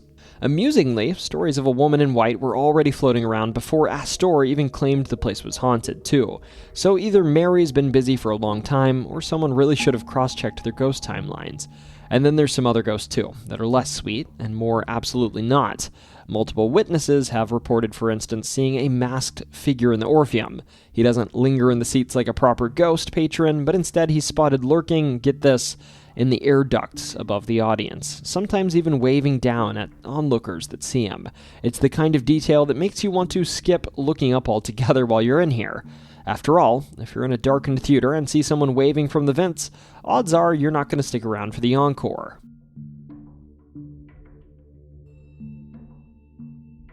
In the hills of eastern Tennessee, and in the small town of Huntsville, Tennessee, a town I've spent many 4th of Julys at their small town fair, stands a grim monument to Scott County's violent past, the old Scott County Jail. Built in 1904, this structure is imposing, and it's 3 stories of stonework that kind of resemble a medieval fortress from the right angle, and it looms over the small town of Huntsville, just a stone's throw from the town square. Its castle-like appearance only magnifies the sense of dread it instills on locals, too, particularly when they realized that it probably housed some of the worst criminals in the region for over a century. The jail was designed with the intention of holding 50 prisoners, but the jail quickly became notorious for overcrowding, with the number of inmates regularly exceeding 100, cramming people into cells that were barely big enough for a person to lie down in at times. The conditions inside were appalling, too. There was poor ventilation, poor lighting, and to boot, there were unsanitary environments that weren't cleaned nearly often enough. But worse still were the ghosts of violence and death that today seem to haunt the very walls of this place, but we'll get to that. Now, in terms of bad things that happened here, well, the jail's legacy of bloodshed began early. In 1922, the 3rd floor was converted into a maximum security wing for the most dangerous criminals, to isolate them from the rest of the population. But this upper level wasn't just a place to hold violent men. It became the setting for some gruesome events that would shape the jail's terrifying reputation. And over the years, the jail would see people leave the world by their own hands up here.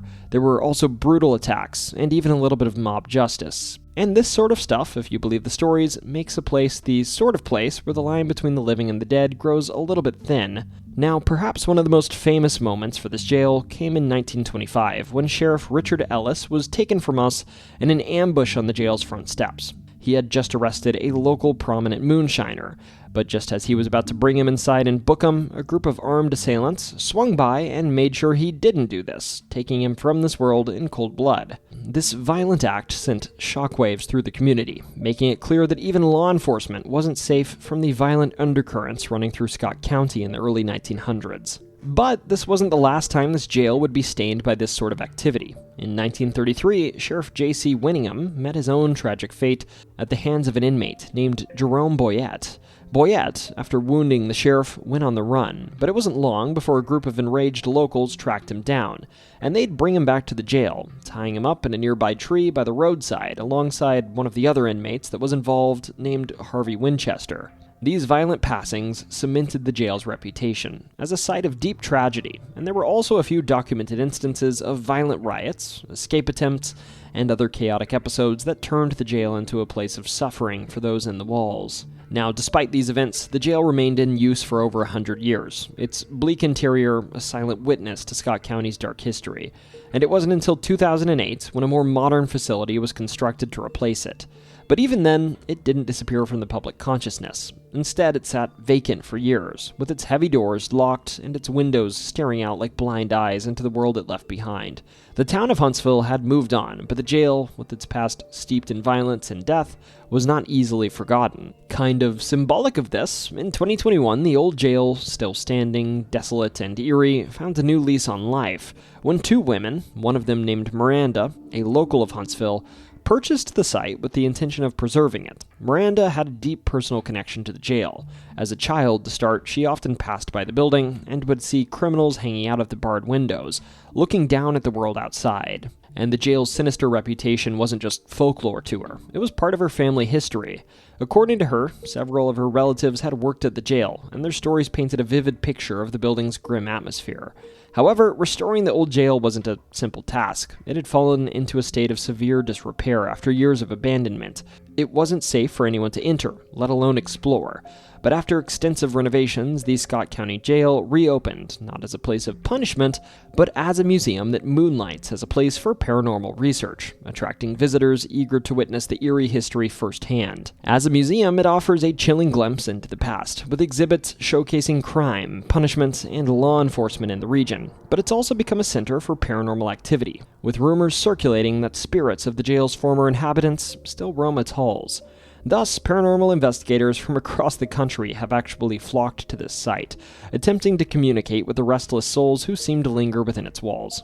Now, in terms of who haunts it, well, the jail is said to be haunted by several spirits, many of whom are believed to be the victims of the violence that permeated this building. For instance, Sheriff Ellis, who was taken on the jail's front steps, is thought to haunt the premises, with visitors often reporting sighting a tall figure, believed to be his ghost, patrolling the halls. In addition, the spirit of Sheriff Winningham, Jerome Boyette, and Harvey Winchester are said to still roam the cells where they spent their last moments. The owners have also reported strange occurrences, such as voices caught on tape, whispers from thin air, and unexplainable sounds like footsteps echoing through the halls when nobody's there that seem to fall around midnight every evening, as if there's some sort of residual haunting. Perhaps of someone taking their final walk through this building. One of the most chilling incidents occurred when the owners, while reading a story about a local woman who was taken from us decades ago, heard a male voice from the darkness respond, "I knew her," in response to questioning aloud whether anyone knew this victim. It's an eerie moment, especially considering the person that took her from us was jailed in this very building.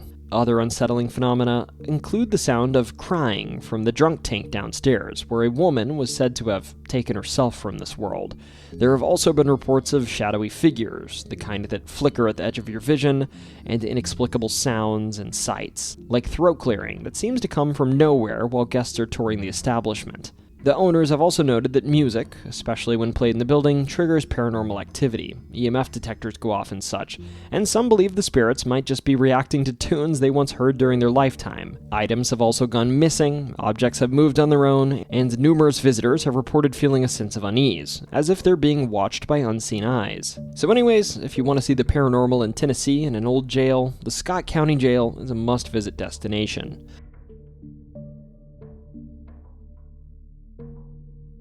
Okay, so I've got to be honest, I went digging deep for some haunted places in Jackson, Tennessee, solely because I briefly lived in Jackson, Tennessee for like 8 to 10 months of my life working at the Pringles factory there.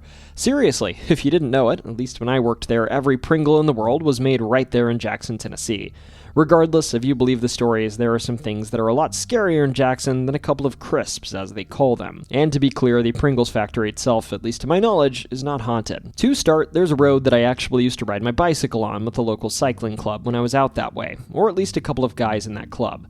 And this road is named the Harts Bridge Road. And admittedly, the haunting here is pretty simple. It's less ghostly and more superstition-y. And they say that if you visit the bridge along this road, park your car and turn off the lights, your car doors will automatically lock, and you won't be able to start your car. Now, real quick interjection from me, I can bet you anything I know why this bridge is haunted, and it doesn't have anything to do with ghosts.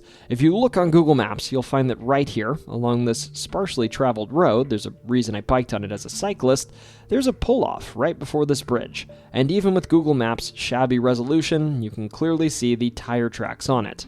Now, I'm sure time and time again it's a police officer that parks here, but more often, I bet you anything, young men have probably historically driven out here with a lady and told them this terrifying ghost story as an excuse to park their car in the dark and turn the lights down low. Then, Jackson, I don't know what you're doing with your road, but there's also Bascom Road, another quiet road, along which there are neighborhoods, farms, and the occasional cemetery. That said, locals say there's something else too, that along Bascom Road, if you drive it late at night, you might encounter a dog with glowing red eyes that supposedly roams this plot of land. As for what it does, well, legends don't really say it does anything, so I don't know, maybe it's just a cryptid or a ghost or maybe something like a hellhound. But he's not necessarily after anyone, he's just roaming these parts. And as for speculation about how this urban legend came to be, well, it's a little embarrassing, but I saw folks say that it's as simple as a photo of a dog was taken on this road and it had eye glint from the flash, and therefore their eyes were red. That's it. And finally, there's the Jackson General Hospital, a fairly modern hospital that opened first in 1950 and has since expanded over the years to its modern 642-bed size, serving as a large area in western Tennessee. Here, while there's no extremely notable hauntings, there's often a shadowy apparition said to linger on its third floor. And while I couldn't find it, I saw claims that there was a notorious photo of this apparition somewhere on the internet. As for descriptions of what this thing does, though, it occasionally turns off lights, or occasionally you'll hear surgical or medical instruments fiddling around in a dark room, only to turn on the lights and find the room is empty. Also, the apparition itself is said to look like a tall person that's blurry, so that doesn't really narrow down who this is at all. Heck, for all I know, it might be more plausible to say this is Bigfoot that actually is living in the hospital. But hey, those are some haunted places in Jackson. And for what it's worth, the Pringles factory, as I said, I don't think is haunted. Unless you count the way that salty flavor dust sticks under your fingernails when you're done eating it.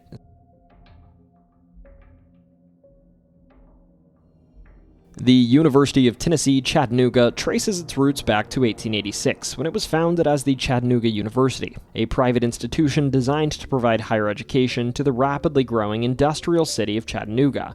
After this, in its early years, the school was primarily focused on training teachers to meet the educational needs of the region, but it quickly grew in size and importance, becoming a part of the University of Tennessee system in 1969, and transitioning from a private college to a public university, expanding its offerings to a broader array of academic disciplines, a move that marked a new chapter in UTC's development. Throughout history, UTC has played a central role in the development of Chattanooga itself. As the city evolved from a manufacturing hub to a modern urban center, UTC adapted alongside of it, becoming a key institution for higher education and workforce development. That said, it brought with it more than just education. It also brought some of the students of the past. To start, they say that Hooper Race Hall, a building built in 1917 to foster the sciences on campus, is haunted as all get out, with one episode in particular standing out. It's said that on one night, administrators in the 1980s stayed in the hall on a snowy night, because the roads were just too bad to get home.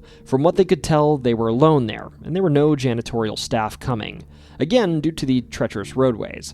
That said, just after midnight, they heard a door slam inside of the hall, and just a few minutes later, one of the individuals heard a cuckoo clock go off in the dean's office, which according to the dean's secretary had never ever gone off before, and according to the legend, hasn't gone off again since.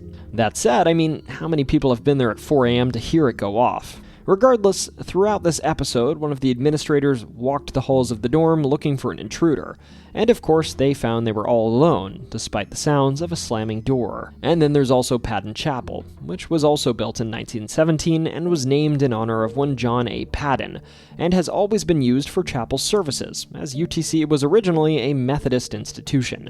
They say that at all hours of the day, if you peer inside, you're liable to hear organ music, and maybe even see a woman in white, because what else would there be inside of an old building but a woman in white? It's like the Fortnite default skin. She apparently also sometimes slams her feet on the ground and shuts doors real hard.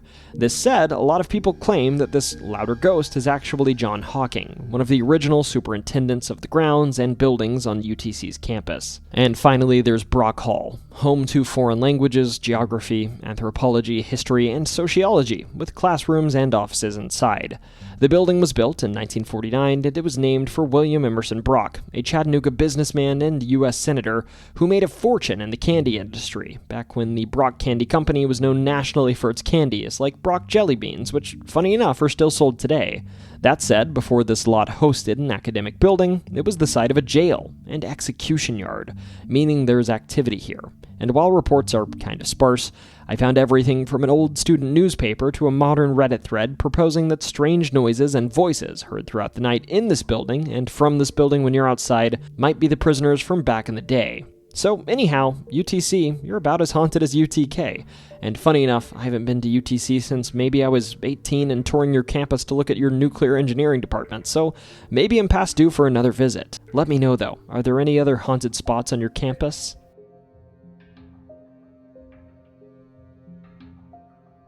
The University of Tennessee Martin, better known as UTM to my friends at least, is one of the 3 members of the UT system, a public university tucked away in the small town of Martin in northwestern Tennessee.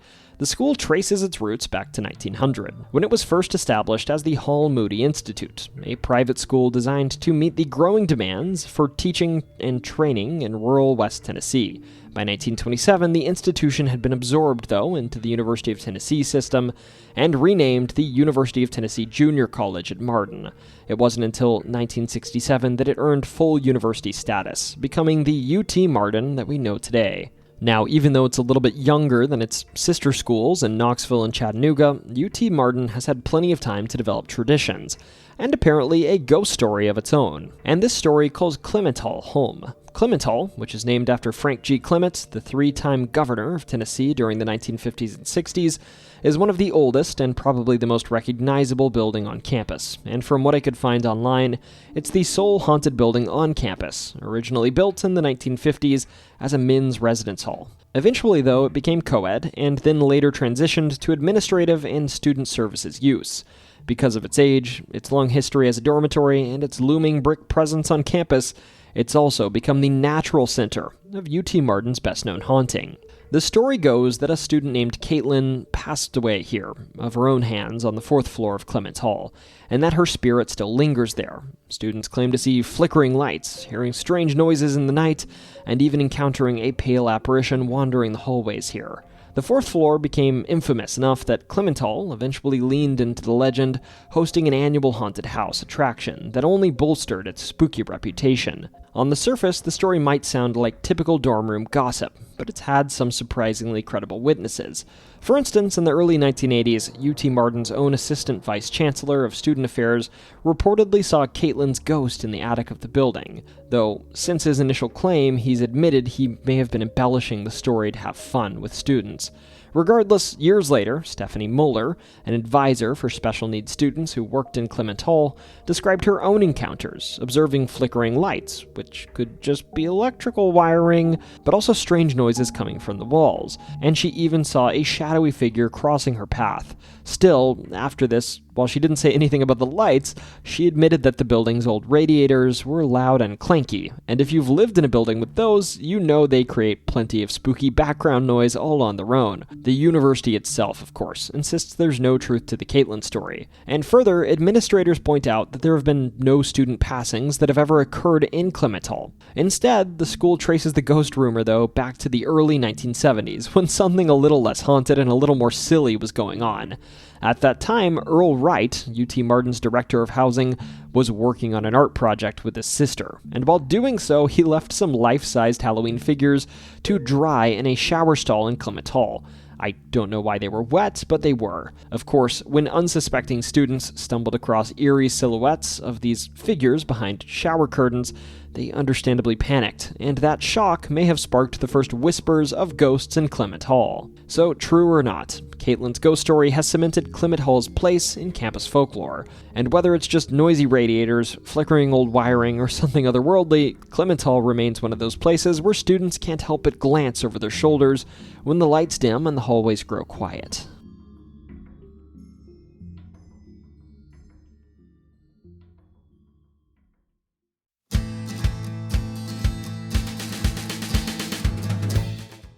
Woo-wee, my throat is sore. If you made it to the end, thank you so much for watching this whole video. And Tennessee, it's been great to cover some of the haunted places in my home state. Also, trust me, if you thought this was it, I still have a list of like 30 or 40 haunted places in front of me that I could have covered but would have taken me multiple days. So if you want a second iteration of this, let me know and it'll have to come later because my throat hurts right now. Anyways, moving on, keep an eye out because a lot more videos are coming out soon. More than my typical Thursday uploads. To start, this month we have at the very least haunted places coming out for Vermont, Arizona, Tennessee of course given this video, and Southern California, and I'm gonna do my darndest to get one out for Minnesota too.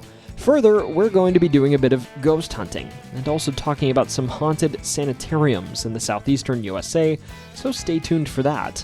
And then, I don't know what it'll be, but I'd like to put out an 8th video too, so let me know if you have anything you'd like to see. Anyways, with that, whether you just heard singing coming from the Bell Witch Cave, or if you were on a boat in the Lost Sea and you could have sworn you saw someone swim by you underwater, don't you ever forget, it's always story time.